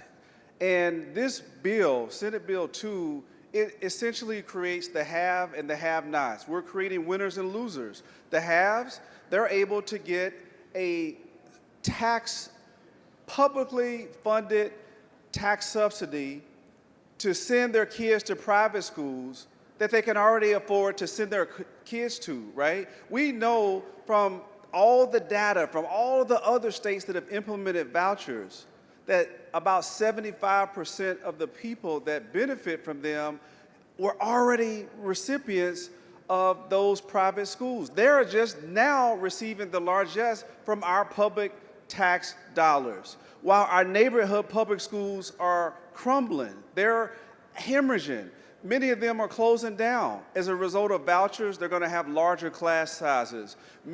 Some school districts will actually have to shut down. That is what we're going to see. So what we're going to see is a two-class system where many of the elite, many of the wealthy, many of the privileged, many of the Anglo, they're able to participate in the private school vouchers at the public taxpayer expense.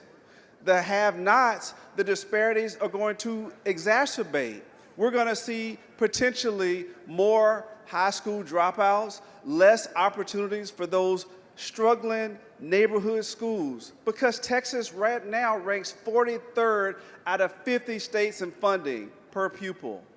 This, ladies and gentlemen, can't be the Texas that we all are proud of. Every student should have the opportunity for a high-quality education, regardless of their zip code, their race, their socioeconomic status.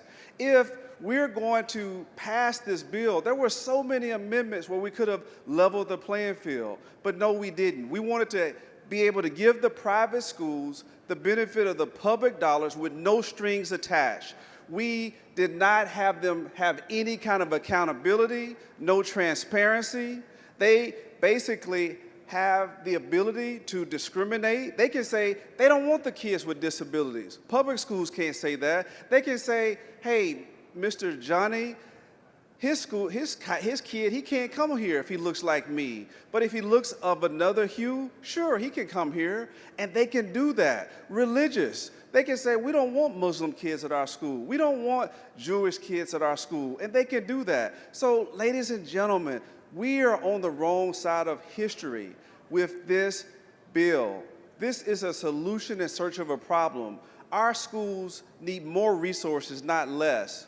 And so I urge us to be on the right side of history. Let's not make this partisan. Education shouldn't be partisan. I believe, and I'll close with this, Nelson Mandela said it best, that education is the most powerful weapon that we can use to change the world. And we are relegating many of our minority, many of our underprivileged kids to second-class schools because they're going to lack the resources. And we're doing it on the backs of Texans. So this is un-Texan, this is unpatriotic, and this is un-American. And I think we should vote no on Senate Bill 2 and invest in our public schools so that all of our kids have the opportunity to compete in a global economy. Thank you. The chair now recognizes Ms. Kerwin in favor of SB 2.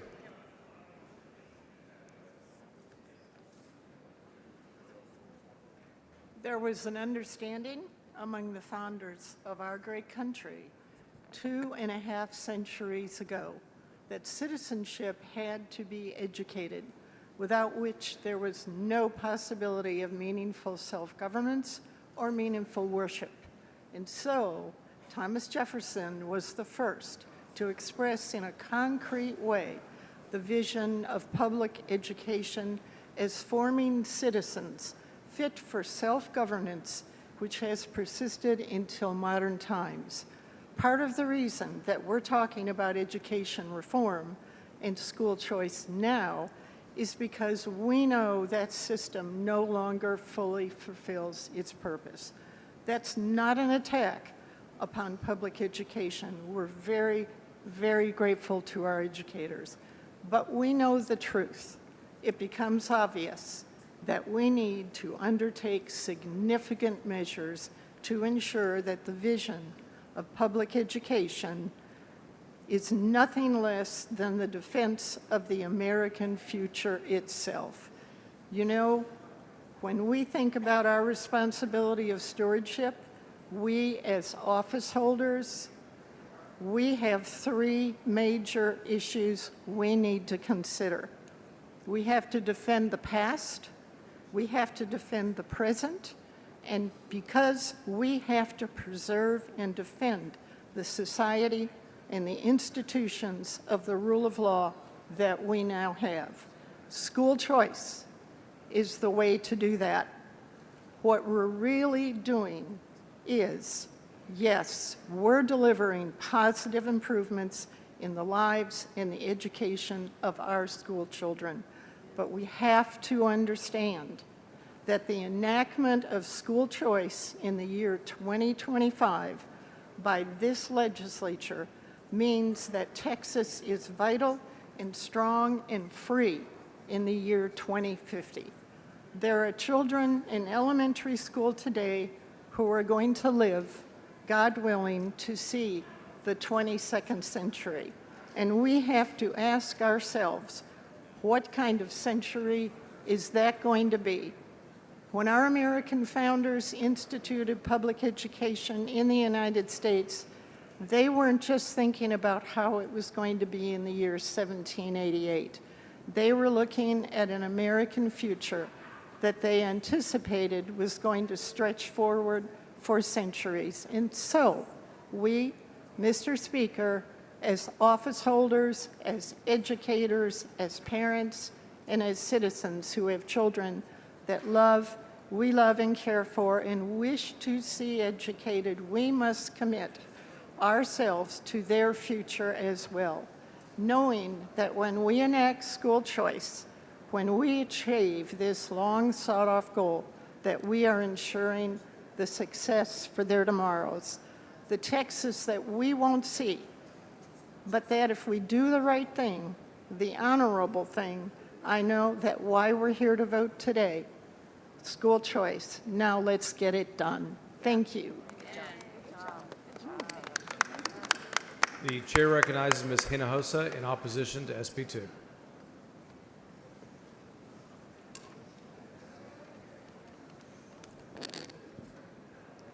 Mr. Speaker and members, friends of public schools in the gallery, and those watching, it has been a long, long fight. We have fought hard, we have fought for years, and I curse this fight every day because we have spent years focused on a voucher program that even the fiscal note of this bill recognizes will mostly go to students already in private schools at a time when our public schools are in crisis. And no matter whether or not this bill passes, 90+% of Texas students will be in our public schools. This bill is everything that is wrong with politics. It is the interests of big money prevailing over everyday Texans. And while I curse this bill, I feel blessed by this fight because it is in this fight that I have come to see the very best in people. I have made crazy friendships with people I would have never thought that I would have come in contact with and shared such a strong passion with for our public schools. Republican precinct chairs, so many, suburban parents, homeschool parents, rural coaches, so many people from different walks of life all want the same thing. We want strong public schools. And those friendships, those relationships have been a blessing to me. They've made my world bigger, and they've given me a new, deeper pride for our state that is through and through about public schools. To be part of this movement, this coming together across party lines, across geography, across the state, across all the things that usually separate us at a time when our divisions in this country and in this state are so entrenched and so ugly and sometimes so dumb. To be part of something real like this, motivated by all the right reasons, has just been a blessing of a lifetime.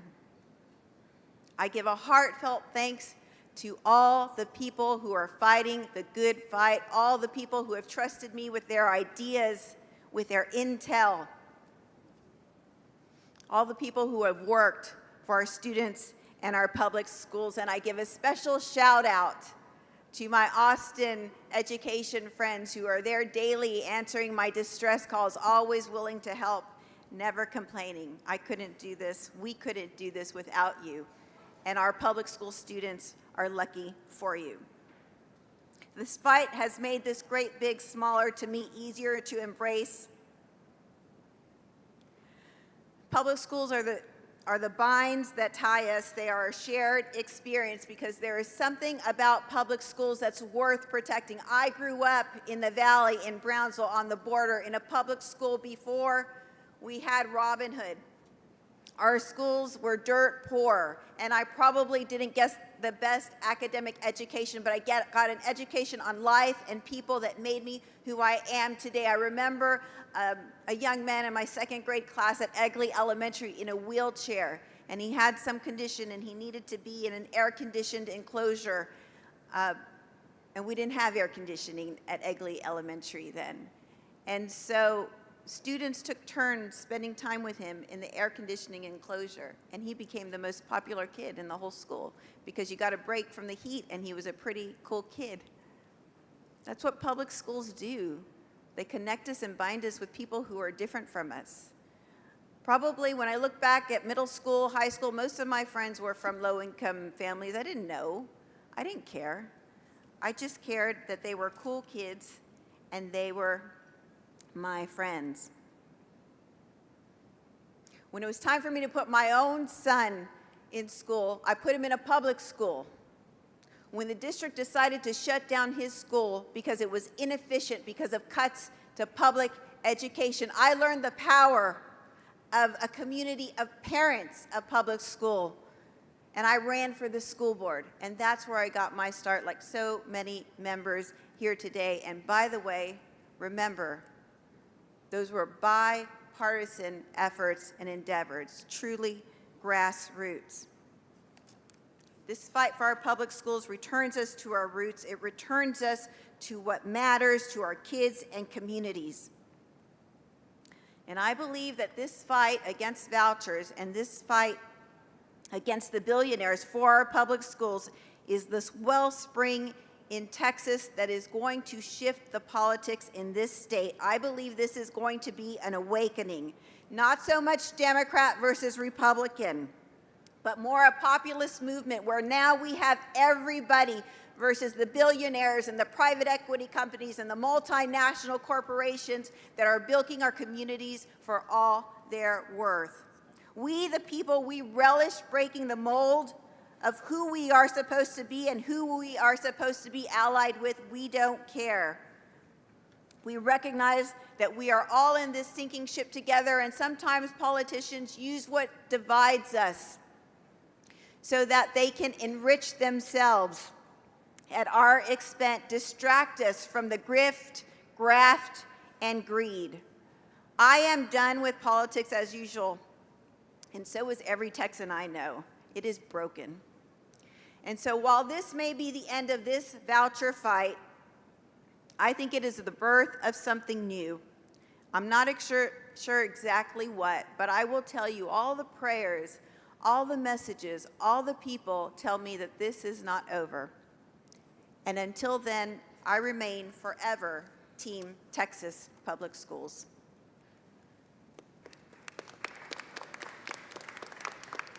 Chair recognizes Ms. Hickland.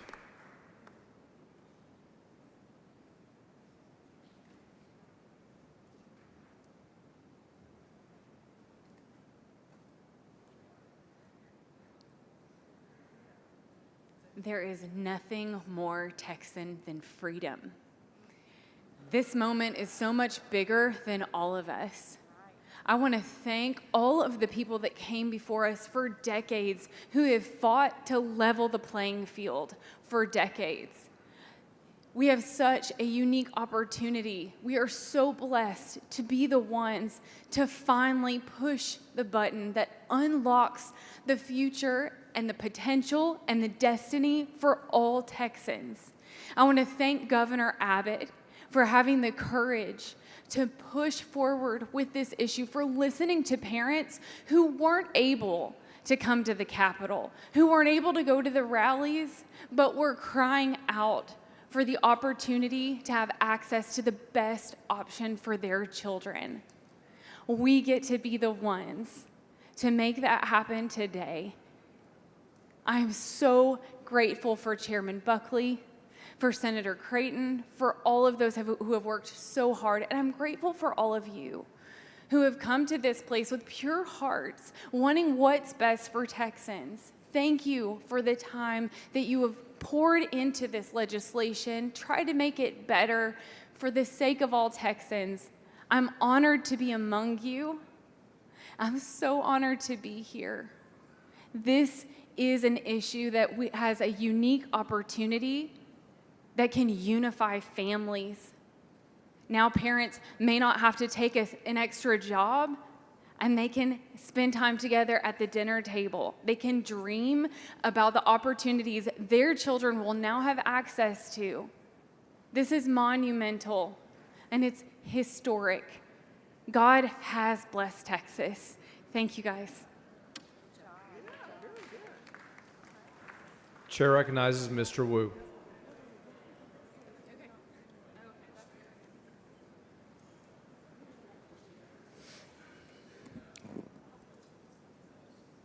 Members, I had prepared a speech that was going to thank our bipartisan coalition in standing up, whether we won or lost.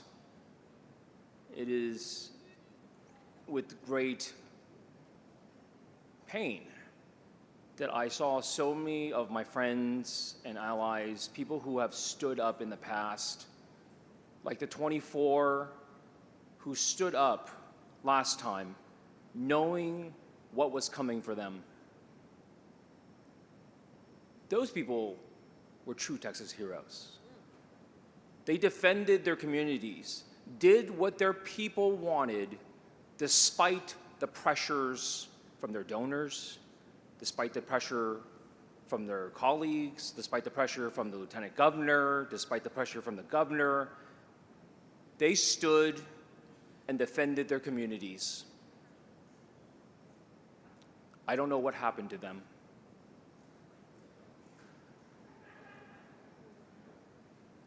And so I don't need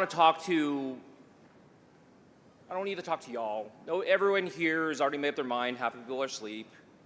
You know, half the people aren't paying attention, so it doesn't matter. I want to talk to the people of the great state of Texas. I want to tell you that we've told the members here that doing this legislation, that passing this law, greatly endangers our schools which are already hanging on by a thread. The money that would go to this program would have gone to our public schools, would have given our teachers a bigger pay raise, would have kept more schools open, would have made classrooms smaller. They don't care. They're scared of the governor.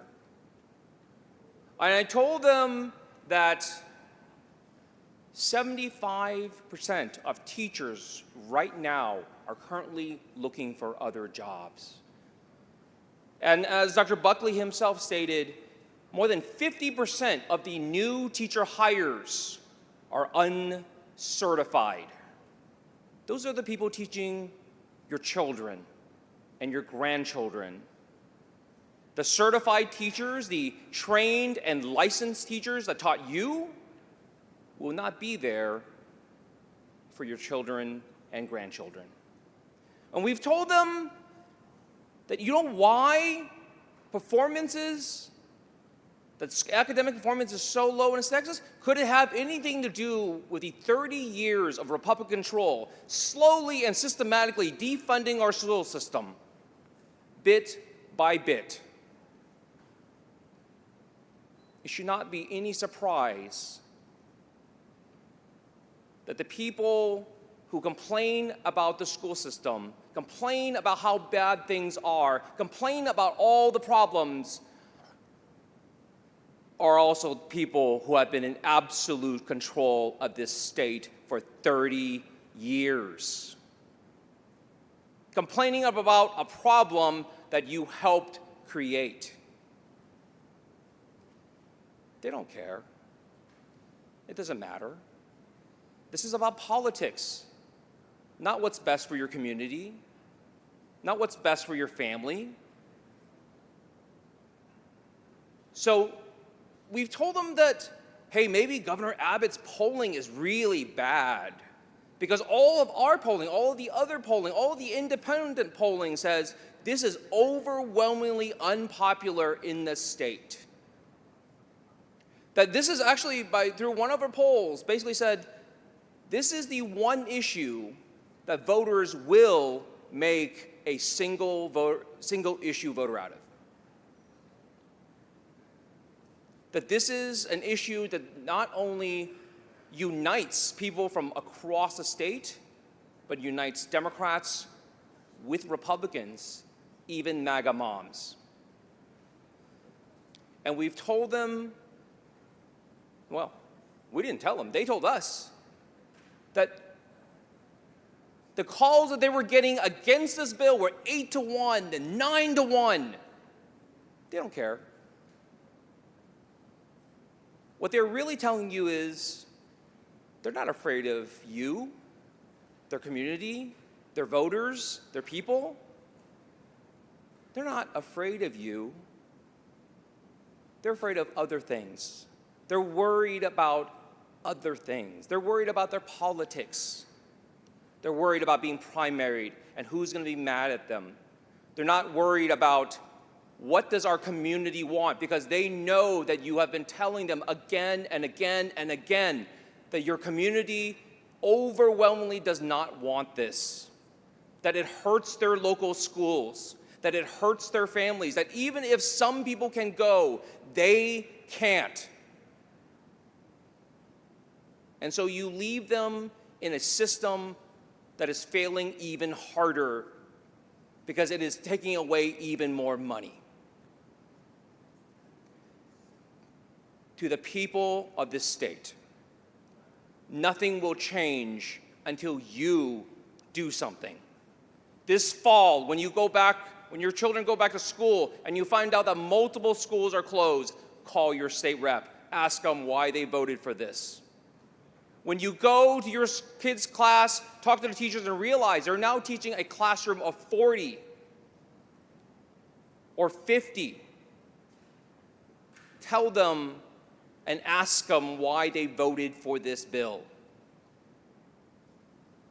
And in December, when they tell you that your schools are going from 4 days a week to no days a week, think about filing for office. Because if you don't demand change and you don't make the change, then change never happens. The good people of the state are fed up. They're fed up with the billionaires. They're fed up with the politicians who only do what they say. They're fed up with the special interests, the moneyed interests. They're sick and tired of it. And it's not just Texans, it's all over this country. Watch what happens in the next few months. The pain that the Trump administration has caused, along with Republican support, is going to hit everyone. Already you see markets crashing, small businesses are closing, people are losing their jobs right now. And in the times that are about to become even tougher, people will see that you gave money to the rich. Chair recognizes Ms. Troxclair in favor of SP2.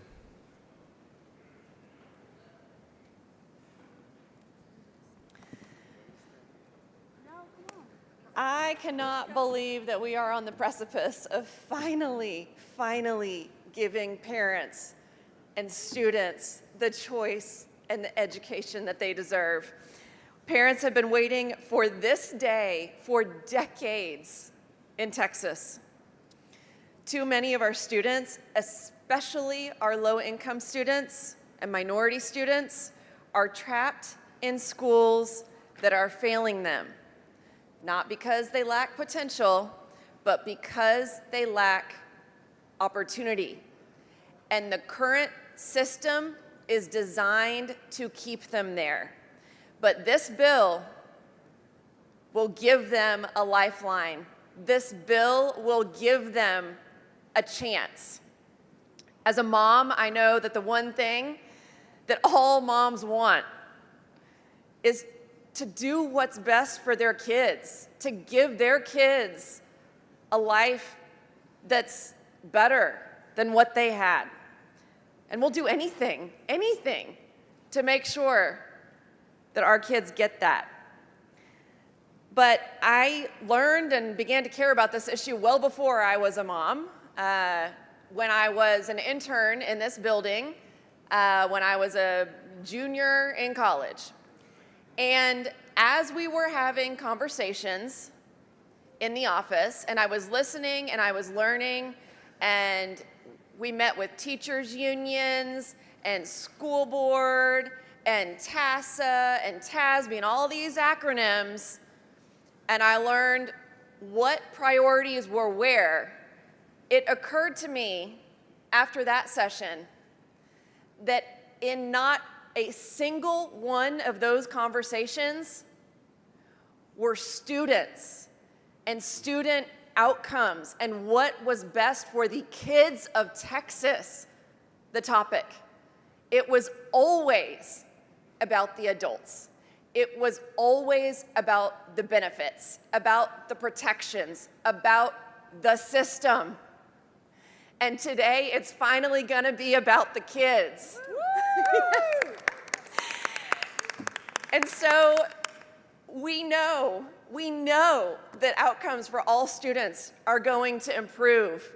So when your local school when your kids start thriving, when your outcomes improve, when a kid who was relentlessly bullied or a kid who couldn't afford to get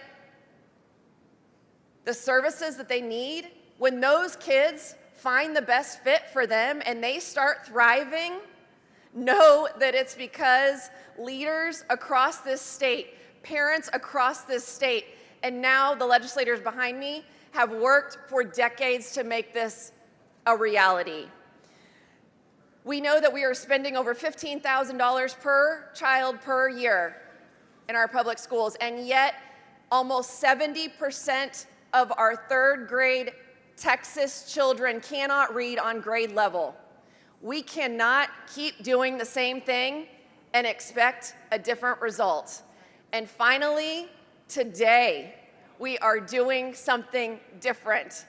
And I am so honored and thrilled to be a part of that opportunity for every child in Texas to finally have access to the excellent education that they deserve.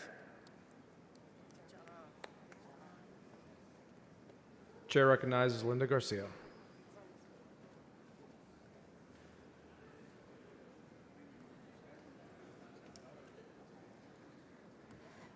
Mr. Speaker, members, if our children can't read at grade level, then it's us that have been failing them, the government. Over 5.5 million students attend public schools here in Texas. They are the heartbeat of Texas. While I've heard plenty of arguments praising vouchers, let's be clear. This bill does not serve those students. This voucher scam is a handout for the wealthy. not a lifeline for the children in our classrooms. It's not about expanding opportunity. It's about subsidizing privilege.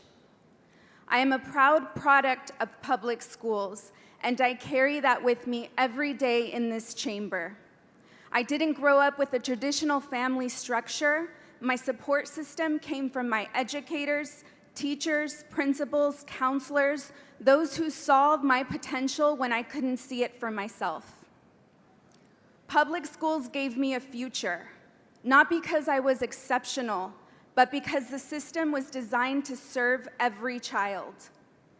I am standing here today because of a public education, a system that believed every student, regardless of their zip code, that they deserve a shot. This bill chips away at the fundamental promise. SB2 is a blank check with zero accountability.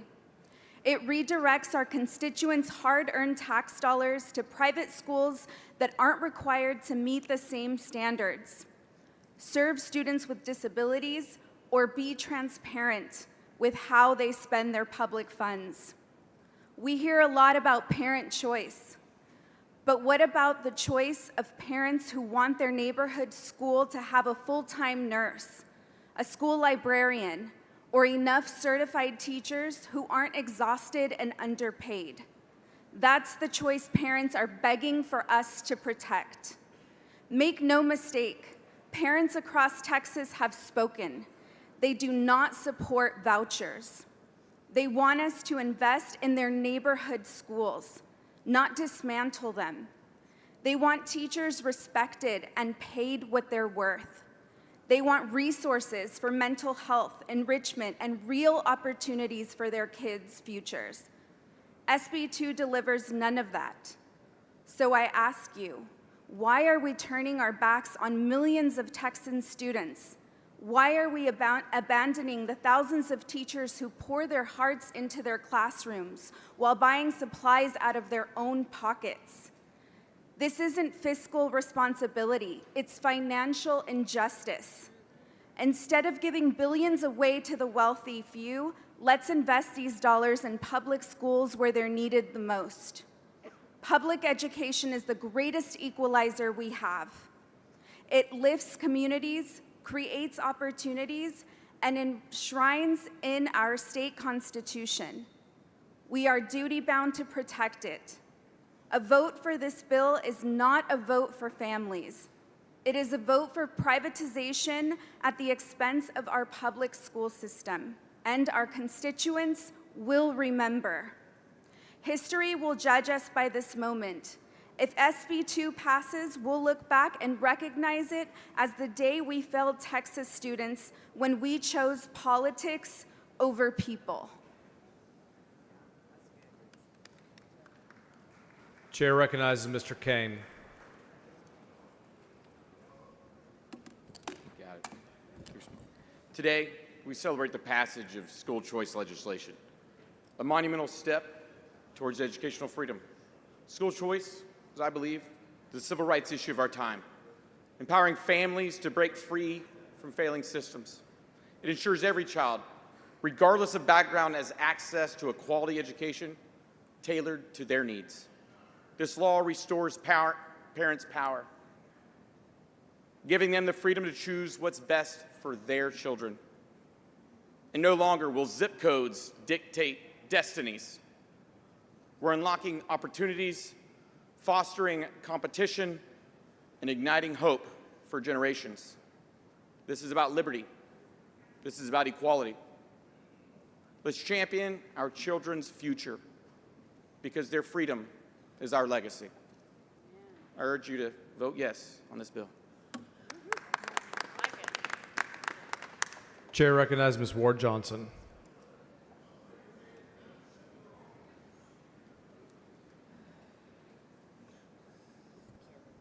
Thank you, Mr. Speaker. Colleagues, I urge you to vote no on this bill. Right now, we have neighborhood schools that are closing, and this bill does nothing to help them. Right now, we have teachers who have to relocate, and this bill does nothing for them. The schools that are failing, it's not the student's fault. But what are you going to tell that student when they get this coupon to go to a private school and they're waitlisted? This bill does nothing for them. What about that parent who does not have the transportation to get to the private school? This bill does nothing to help them. So if you really care about all students, remember those who don't live near a private school. Remember those who live in neighborhoods where the neighborhood schools is the pipeline to that neighborhood. When the neighborhood schools fail, those neighborhoods decline. People move out of those neighborhoods. The economic impact of this bill does not help. It's going to hurt the neighborhoods. So whose side will you be on? Please vote no. Thank you. Chair recognizes Aisha Davis.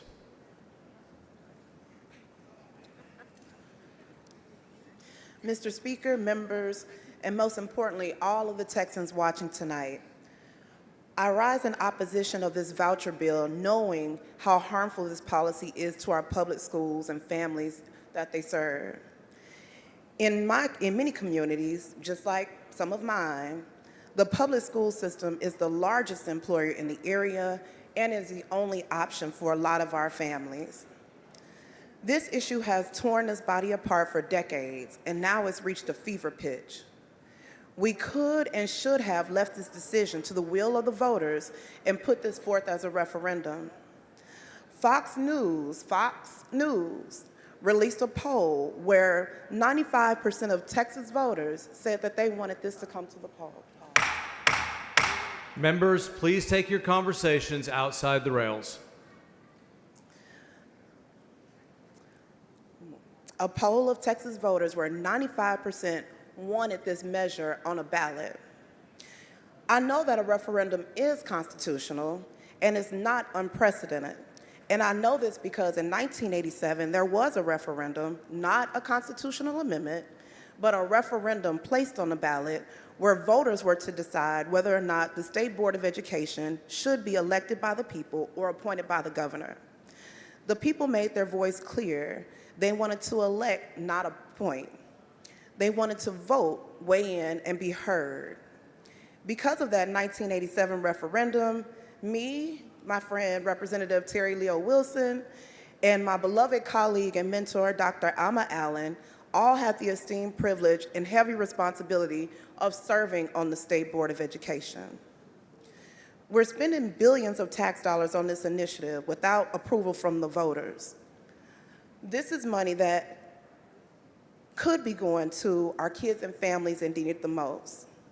It's diverting money away from our rural schools that are so small but very mighty. And we're taking money from our special needs kids and giving it to private schools that likely won't even accept them. But I want to tell you something. Many of you know my background is as a public teacher. I taught high school in DeSoto ISD and Irving ISD.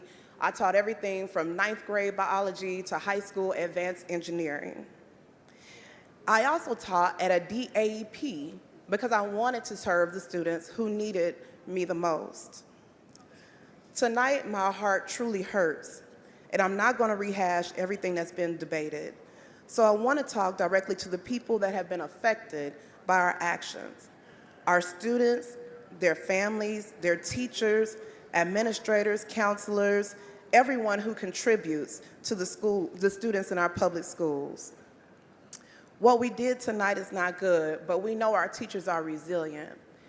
And I do want to take a moment to thank our teachers who were brave enough to contact many of us to tell us how important it is to fully fund our public schools. Those same teachers that are with our children each and every day, that give their all when they walk into the school and they leave it all on the line when they leave. I really and truly thank all of the educators for what they do for our children in our public schools. And we already can predict how this is going to end because we see it in other states. Private schools are going to raise tuition. It's going to be a majority of students who are already in private schools who will benefit from this. And they won't accept a lot of our students who we said that we wanted this to go towards. We already know how this is going to play out. This is the same story that has played out in every single state that has adopted vouchers the way we have. So I urge you to think twice about this. I know it's a hard decision and I know it's a lot of pressure, but the pressure should be in making sure we have fully funded public schools that take care of each and every one of our children, that can't turn anyone away. And we need to thank our teachers more. There's been so many negative things said about public schools, but yet many of y'all gonna send y'all kids to one tomorrow. So we really need to think twice about what we're saying and how we're debating public schools, because they do so much each and every day with very, very little. So I stand firmly against this, and I hope you will too. Chair recognizes Ms. Garcia Hernandez. Sorry, guys, I couldn't wear my heels anymore. Thank you, Mr. Speaker and members, gallery guests, and viewers at home. I'm speaking against SB2 tonight because, just like so many of my other colleagues, I'm a proud product of public education. Public schools in the Panhandle, in Houston, and North Texas built me. I moved all over the state of Texas because I was raised by a single mother after losing my father to suicide. I've gone through a lot in my lifetime, but the people in public schools are what has kept me going. I wouldn't be who I am today without the support and encouragement of educators, staff, counselors in my public schools. And that's why today, yesterday, and this morning is personal for me. I was elected by a broad coalition of community members in House District 115, not just Democrats, but Republicans as well, specifically to fight for our neighborhood schools.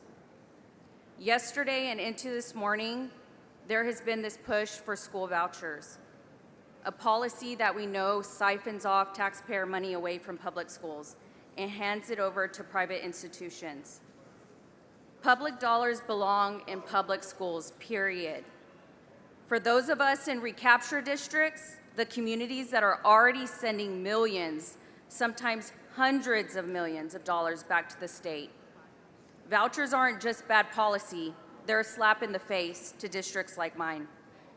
We're already doing our part.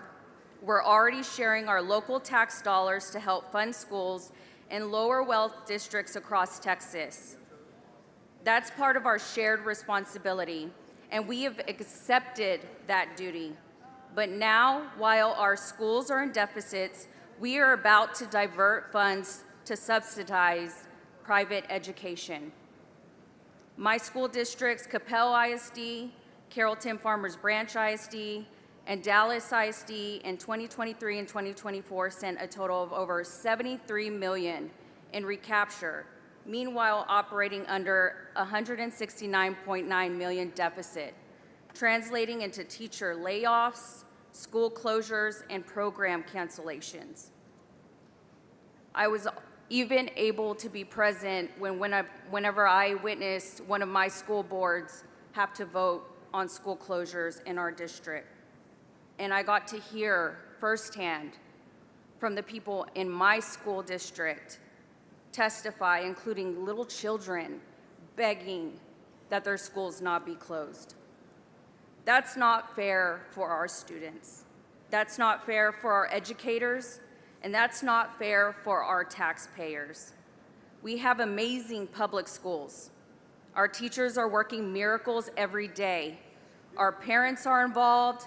Our kids are achieving despite aging facilities, growing class sizes, and inadequate funding from the state. We should not stand by while our schools are auctioned off for billionaire financial gain. If you want to talk about choice, here's my choice. I choose to fight for our public schools. I choose to defend recapture communities from being used like ATMs. And I choose to vote no on SB2. Members, please vote with me for our neighborhood schools. Please vote with me against SB2. Thank you.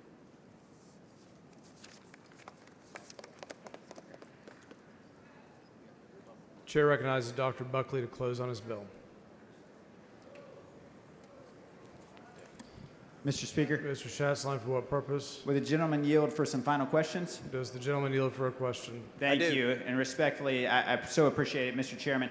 There's been a lot of discussion about providing education freedom for students trapped in failed schools, but I think it's important to talk about defending the freedoms of traditional private school and homeschool families. If this bill passes, it's my understanding that there will be no change to the traditional homeschool and private school families who choose to not participate in the ESA program. Is that your understanding as well? Yes, that's correct. Does this bill specifically protect the religious liberties and curriculum preferences of ESA recipients who choose to educate at home? Yes, that is correct. Does this bill specifically protect the religious liberties, curriculum preferences, hiring and firing standards, and behavioral standards of private schools and private school families who choose to participate in the ESA program? Yes, that is correct. Great. While I hope that private schools do participate, is there any private school that is forced to participate in the ESA program? No, they're not. And while I hope that families do participate as well, is there any family in public school, in private school, or in homeschool that is forced to participate inside of the ESA program? No, there is not. And isn't it true that there's a direct connection between states with the highest educational outcomes, like Florida and Arizona, and their robust school choice program? That is correct. And isn't it true that ESAs cost the Texas taxpayer less money than traditional public school? That is correct. Would you agree that there is a direct correlation between the introduction of school choice and vast improvements in educational outcomes statewide? That is correct. Thank you, Dr. Buckley. Just a couple more. Does this bill require that ESA recipients take the STAR test? No. Would it be fair to say that the main requirement for a private school to participate in the program is that they are accredited? That is correct. And is it safe to say that traditional homeschool families and traditional private school families who choose not to participate in the ESA program will continue to have the exact same freedoms that they do today if this bill passes? That is correct. 3 more. Dr. Buckley, you and I both know that the sad truth is that the legislature does not need an ESA bill in order to take away the freedom of homeschool families and private school families. However, at the same time, would you agree that the only way to give education freedom to all families, especially the many who are trapped in failing schools or schools that are indoctrinating our children, is to pass this piece of legislation? That is correct. And so is it safe to say that this bill is going to lead to more educational freedom, not less? That is correct. I couldn't agree more, Dr. Buckley, and I cannot wait to give education freedom to every family in Texas. Thank you for this bill. Thank you. All right, Mr. Speaker, members, it's been a long day, and I will be very, very brief. Today, you've had an incredible opportunity to do what's important for Texas, and that's to provide historic funding for your public schools, but also to provide parents another tool in their toolbox to make sure that their kids receive the best education possible. This is a good day for Texas, a good day for Texas families, and I am honored to stand before you for a very long time today. Yeah. I want to make sure to take this moment to thank Speaker Burrows and his staff for his support, but most of all, my colleagues, those that are with me and those that are not, for civil debate tonight, showing what's best about the Texas House. I also want to thank my staff for their incredible hard work and their commitment over the last few years, making sure that we got to this point tonight. And lastly, but most importantly, I want to thank my family, especially my wife, Susan, who's here tonight. She keeps me pointed in the right direction. She's a constant source of encouragement and motivation. And members, on behalf and in honor of those children at Oak Creek Academy in Killeen, Texas, Mr. Speaker, I move passage of SB2. The question occurs on passage to third reading of SB2. This is a record vote. The clerk will ring the bell. Show the speaker voting aye. Mr. Buckley voting aye. Mr. Harris voting aye. Mr. Alcott voting aye.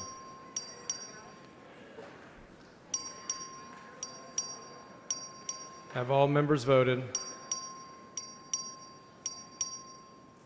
Have all members voted?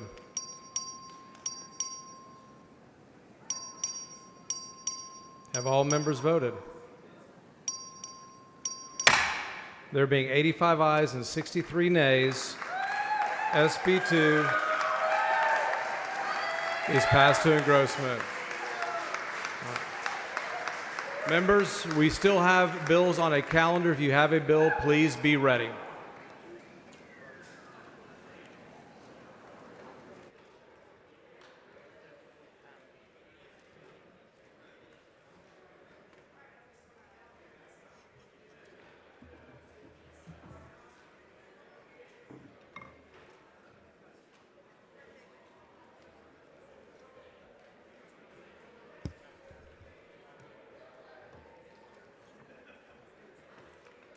Dr. Bonin.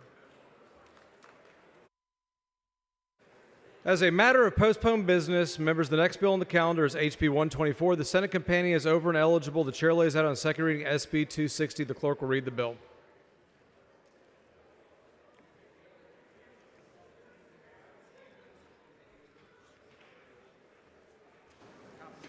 SB number 260 by Huffman, relating to the school safety allotment under the Foundation School Program. Chair asks Dr. Bonin to explain the bill.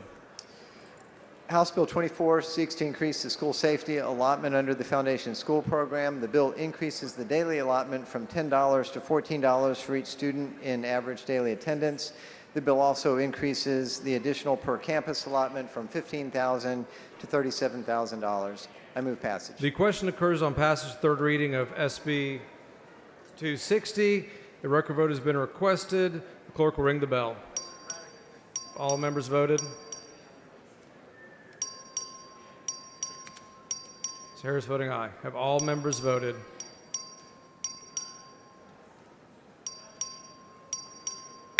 There being 148 ayes and 0 nays, SB 260 is passed to engrossment. Mr. Bonin moves to lay House Bill 124 on the table subject to the call. Is there objection? Chair is none, and the motion is adopted. Ms. Ralshaw. Mr. Speaker, sorry for the delay, but I request to have the comments of the closing speeches reduced to writing. All the closing speeches Yes. reduced to writing printed in the journal. You've heard the motion. Members, any objection? Chair is none, so ordered. Thank you. Bell. Where's he? Here he is. Members, the next bill on the calendar is House Bill 2196. The Senate companion is over and eligible. The chair lays out on second reading SB 569. The clerk will read the bill.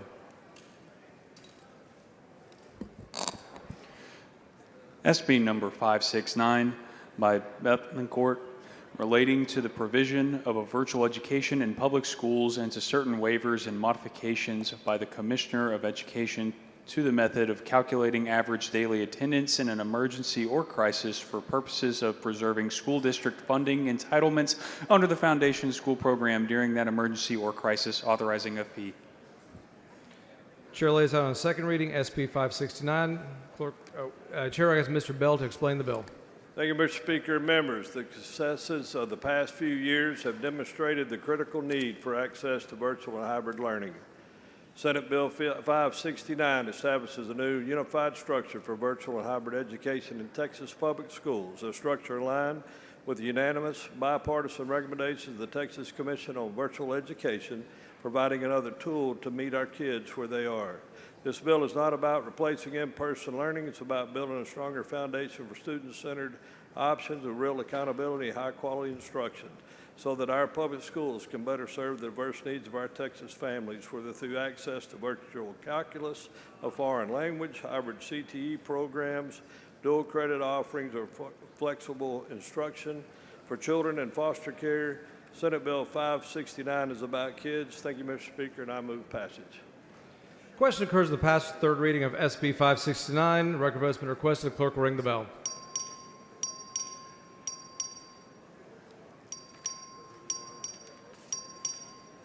Have all members voted?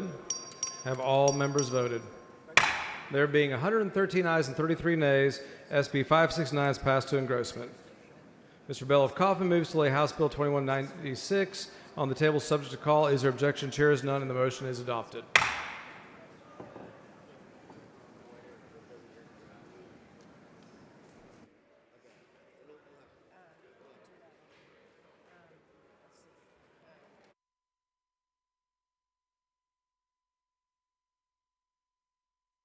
Chair lays out on second reading House Bill 213. The clerk will read the bill.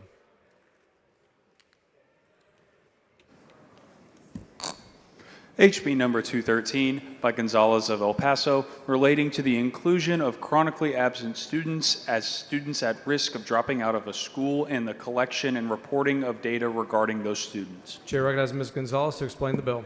Thank you, Mr. Speaker. Members, this is a recommendation from the Public Education Interim Committee report. And all it does is define chronic absenteeism and adds it to the at-risk category. I move passage. Question occurs in the passage and engrossment of House Bill 213. The record vote's been requested. Clerk will ring the bell.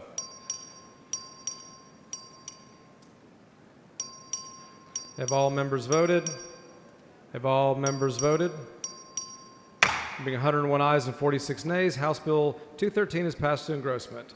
Chair lays out on second reading House Bill 222. Clerk will read the bill. HB number 222 by Tallarico, relating to the permissible uses of the school safety allotment under the Foundation School Program. Chair recognizes Mr. Tallarico to explain the bill. Thank you, Mr. Speaker. Members, this bill allows for school districts to use funds in the school safety allotment for classroom management training for teachers. Classroom management is a lost art in the teaching profession. Having clear consequences, clear rules, clear systems, and practicing those systems with your students is critical to handling 95% of the misbehaviors. There's always going to be some that you can't handle, and we heard a bill yesterday, I believe, or the day before, to handle those extreme misbehaviors. This will help with all others. Also want to thank my joint author, also a fellow teacher, Representative Leo Wilson. I move passage. Question occurs passage and engrossment of House Bill 222. Record vote's been requested. The clerk will ring the bell.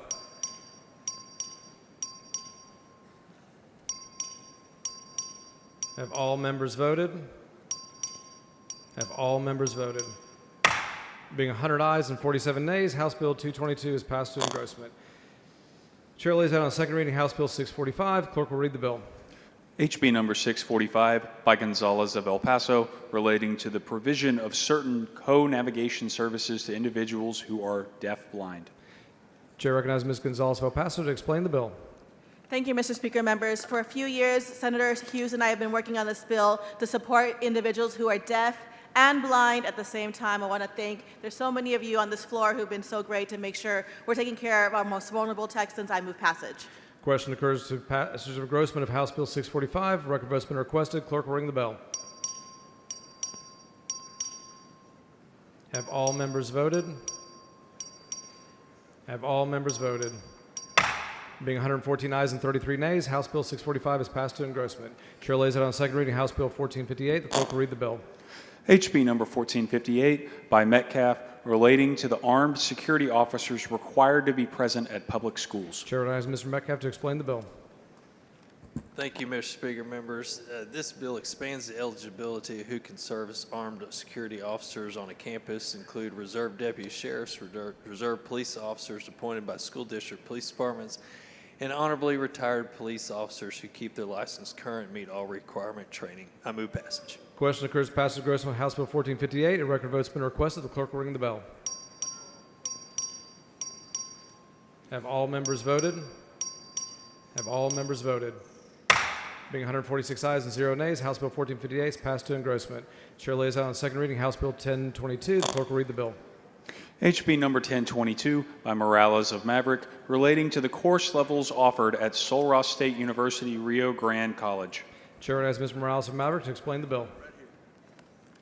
Members, I had a longer layout since this is a piece of legislation that is key to Maverick County. However, because of the lateness, this 1022 strikes just two words, upper level. It allows Sul Ross Rio Grande College to offer a 4-year degree program. With your help and with your support, hopefully tomorrow I can lay out a more detailed vote so that we can send a strong message back home that we support them. Sul Ross right here, 4-year university for Maverick County. And I move passage, Mr. Speaker. The question occurs passage of engrossment of 1022. All those in favor say aye. All those opposed say nay. The ayes have it. House Bill 1022 is passed to engrossment. Chair lays out on second reading House Bill 141. The clerk will read the bill. HB number 141 by manual relating to the adoption of the revised interstate compact for the placement of children by the state of Texas, making conforming changes. Chair recognizes Mr. Manuel to explain the bill. Thank you, Mr. Speaker and members. HB 141 updates the revised interstate compact for placement of children. It ensures children placed across the state are safe, stable, and supported, and it gives Texans a seat at the table, shaping national child placement, and it'll put us at the forefront as we are moving forward with the compact move passage. The question occurs passage of engrossment of House Bill 141. All those in favor say aye. All those opposed say nay. The ayes have it. House Bill 141 is passed to engrossment.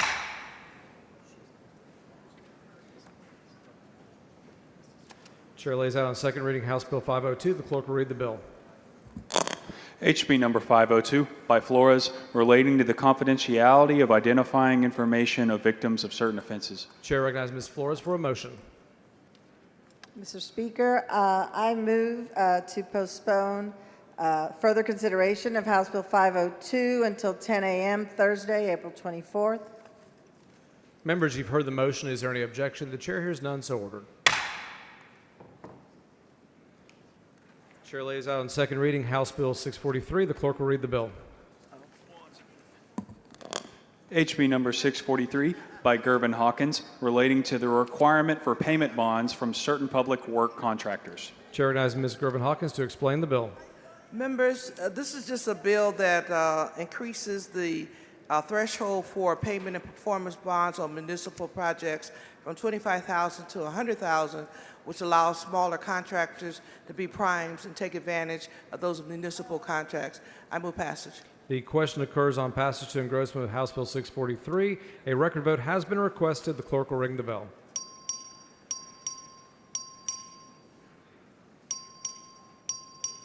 Have all members voted? Have all members voted? Being 96 ayes and 48 nays, House Bill 643 is passed to engrossment. The chair lays out on second reading House Bill 3093. The clerk will read the bill. HB number 3093 by Villalobos relating to the calculation of certain ad valorem tax rates of a taxing unit for a year in which a property owner provides notice that the owner intends to appeal an order of an appraisal review board determining a protest by the owner regarding the appraisal of the owner's property. The chair recognizes Ms. Villalobos to explain the bill. Thank you, Mr. Speaker. So 2 years ago in Nueces County, we had our appraiser seek an expert from Alaska that said he was an SME in refineries. He came to appraise our refineries well above their appraised value. He appraised them off of the profit they make instead of the assets they have. Their appraisal values went from $2 billion to $12 billion, a six-time increase. Patterson, for what purpose? Mr. Speaker, will the gentlelady yield the floor? After my little speech. Not at this time. Okay. Okay. Okay, thank you.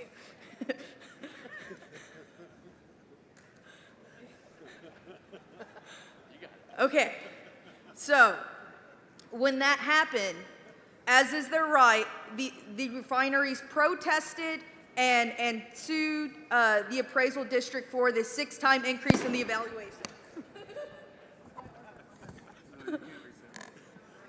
And so this tied the hands. I was on a local school board that this directly affected.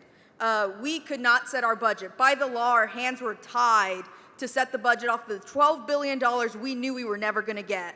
Our community colleges, same exact thing. Our county, the same exact thing. Our county almost went bankrupt. Our community college almost did layoffs. It was this whole ordeal of things. This bill is not a tax bill, it is a budget bill. It will allow for local entities to budget off of uncontested values for the top 20 properties in their county, and it specifically along the coast of Texas. Good bill. I now yield for questions. Oh, where did he go? Move passage. Oh, Move Mr. passage. Speaker, Call Mr. your board Speaker. purpose. Mr. Speaker, will the gentle lady yield for questions? Does the gentle lady yield for questions? Yes, yes, I do. She yields. Representative, do you always get your way? No. What? Have you ever had one day where you didn't smile? Okay. Sometimes, yeah. Do you realize that you have the most infectious smile, that you brighten up everybody's day whenever you are around? Thank you so much. And I want to tell you what a joy it is to serve with you and to brighten up this place, because you make it very easy. Thank you. Thank you. That was really kind. Okay, and for what purpose? Question for the author. Gentlelady yield for questions. Yes, I do. She yields. Can you tell me about what Section 1 of your bill does? Section 1 of my bill. Yeah, Section 1 of your bill. I'm not advised at this time. I do not have my bill book with me. Okay, thanks. That's all.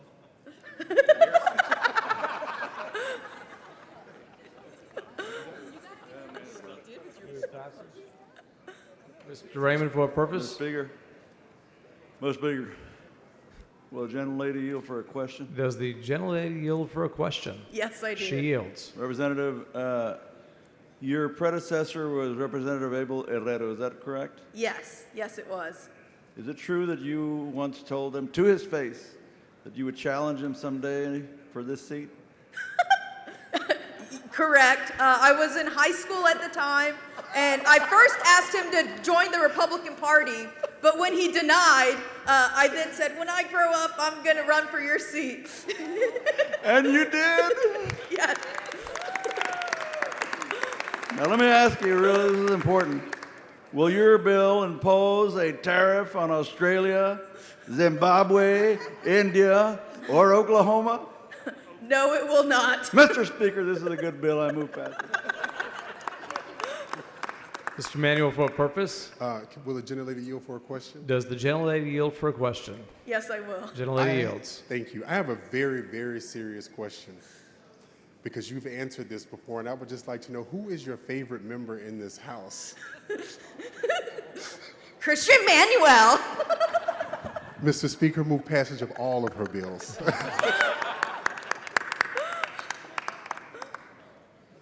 Ms. Leo Wilson. Will the gentle lady yield for a question? Does the gentle lady yield for questions? Yes. She yields. I just wanted to say, welcome my coastal sister and my fellow club member. Yes. Only you and I know. And I just have enjoyed having you on my hallway. You're bright and funny and just great to be around. Thank you so much for running. We're so glad to have you here. Thank you. Mr. Raymond, for what purpose? Mr. Speaker, could I make a motion that we reduce the representative's laugh to writing and put it into the journal? Members, you've heard the motion. Ms. Plessa, for what purpose? Does the gentle lady yield for a question? Does the gentlelady yield? Yes. She does.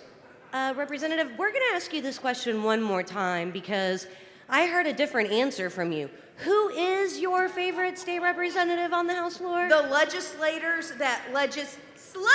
Thank you very much. Good luck on your first bill. Ms. Weiner, for what purpose? Will the gentlelady yield for a question? Does the gentlelady yield for a question? Yes, I will. Gentlelady yields. Representative Villalobos, I'm a little concerned by your layout.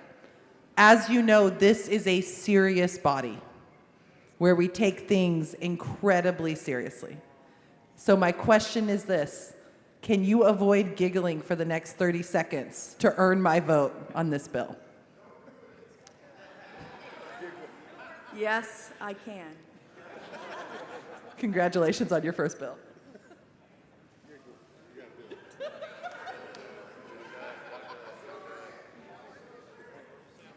Mr. Moody, for what purpose? Mr. Speaker, parliamentary inquiry. State your inquiry. Under Rule 1, Section 5, is it the duty of the Speaker to maintain decorum on this House floor? That is correct. Does that include shutting down terrible jokes from the back microphone? Bring your inquiry down front.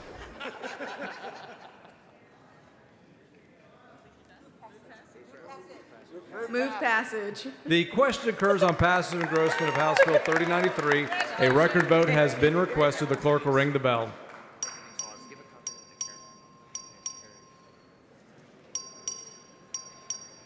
It's fairly voting aye. Have all members voted? Have all members voted?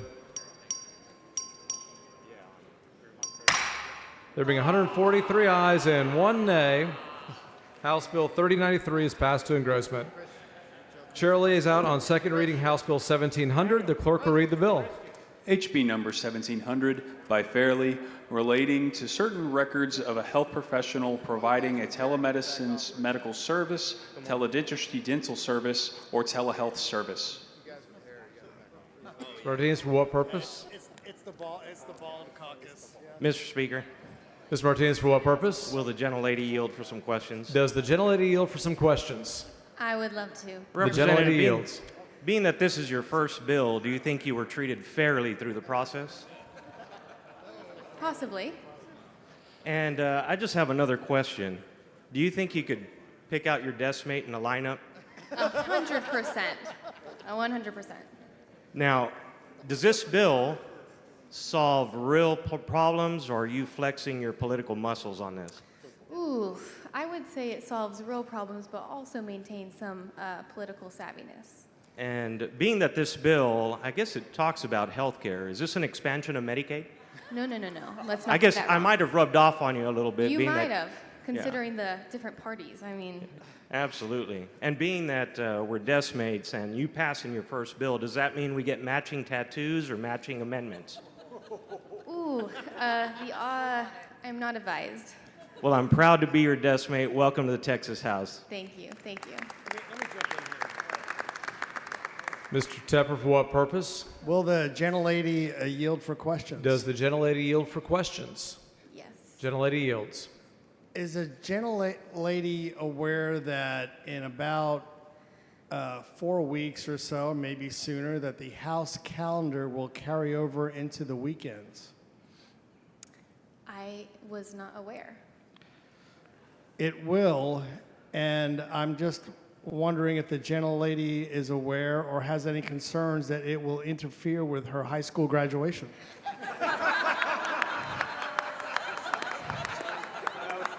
Thank you for bringing it to my attention. You're welcome. Mr. Speaker, Mr. King, for what purpose? would Freshman Fairley yield for questions? Does Freshman Fairley yield for questions? Yes, of course. She Chairman. does. Freshman Fairley, does this bill create nanny state? Of course not. Most of your bills seem to create nanny state. I think Are you you might- for big government? I am not for big government. I disagree. It seems like most of your bills create more government. Is that so? Absolutely. I ask the questions from this side. You have to answer. There might be some misinterpretation of the legislation, but happy to discuss with you anytime. Very good answer. Welcome to the Texas House, and I am proud to have you in the West Texas delegation. You're a great member. Thank you, Congratulations on your first bill. Thank you, Chairman. Sarah Zavala, for what purpose? Mr. Speaker, parliamentary inquiry. State your inquiry. Since we already have one Caroline in the Texas House, do we need to pass a resolution to allow another one, or should we just have her go by Caroline 2.0 until she survives this? I will recognize you for your resolution. Thank you. I'll bring it. Thank you. Have fun. I'm very proud to have another Caroline in the House. As everybody knows, Carolines are awesome. Welcome to the Texas House. Thank you. Mr. Lambert, for what purpose? Mr. Speaker, would the gentlelady yield? Does the gentlelady yield Yes. for questions? She yields. Representative Fairley, do we have something in common by chance? I think we do. One of the greatest things in common. Did you graduate from a university in Abilene by chance? I did. By the name of Abilene Christian University. Does your diploma say Abilene Christian University or Abilene Christian College? Abilene Christian University. Well, then we don't have the same college alma Oh, mater. man. Do you know what the first four words of our alma mater are? The author is not advised. Pardon me? The author is not advised. The first four words are, "Oh, dear Christian College."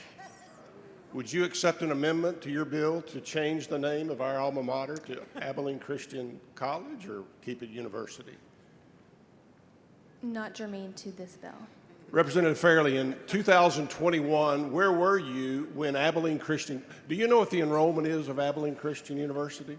I am not aware at this moment. A little over 6,000. Do you know what the Thank you. enrollment of University of Texas is? I also am not aware of that exact number. Way over 60 or 70,000 students. Do you remember what happened in 2021 when little Abilene Christian University defeated the University of Texas in the first round of March Madness? I do remember that. Very good. We're glad to have you in the House. Thank you, Chairman. All right, I'm going to lay Ms. out. Weiner, for what purpose? Will the gentlelady yield for a question? Does the gentlelady yield for a question? Yes. Gentlelady yields for questions. Representative Fairley, are you aware that when I was elected, I was the youngest woman in this body? I was not aware. Who holds that title now? I do, I believe. I believe you do. Now, I believe you have another specific point of historic distinction, do you not? I might, yes. Are you aware of what that might be? I am not aware. Are you aware that you are the youngest Republican woman ever elected to this chamber? Well, now I do. Thank you. And so my question is, what took your party so long? We're a little behind sometimes, so. Well, I'm going to lay out House Bill 1700. This passed the House and Senate last session. The state of Texas right now does not have standardized rules for retention of records for telemedicine, teledentistry, or telehealth services. And so essentially what this bill does, it addresses the issue and directs entities with regulatory authority to adopt rules to make uniform procedures for patients' consent to treatment. I move passage. Mr. Bumgarner, for what purpose? Does the gentlelady yield? Does the gentlelady yield for questions? Yes, sir.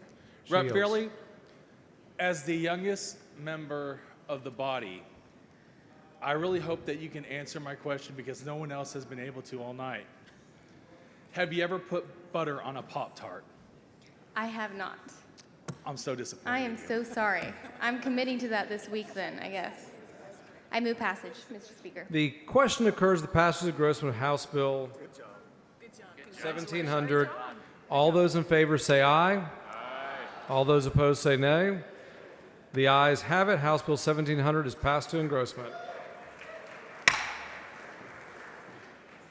Chair lays out on second reading House Bill 117. The clerk will read the bill.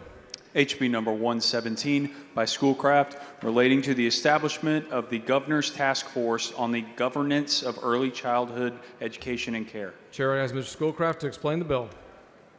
Thank you, Mr. Speaker. Members, this bill creates the Governor's Task Force on Early Childhood Education and Care. I move passage.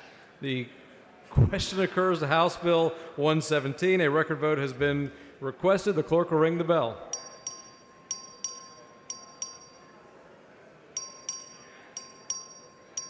Have all members voted? Have all members voted? Being 119 ayes and 24 nays, House Bill 117 is passed to engrossment. Members, the Speaker's desk is clear. Before we depart, I do want to thank the members of this body for engaging in a respectful debate on a very difficult issue. I think that everybody conducted themselves very much in earnest, and we had a very good debate and very much appreciated. With that, Mr. Guillen moves that the House recess until 9 a.m. Thursday. Is there objection? Chair hears none. The House stands recessed.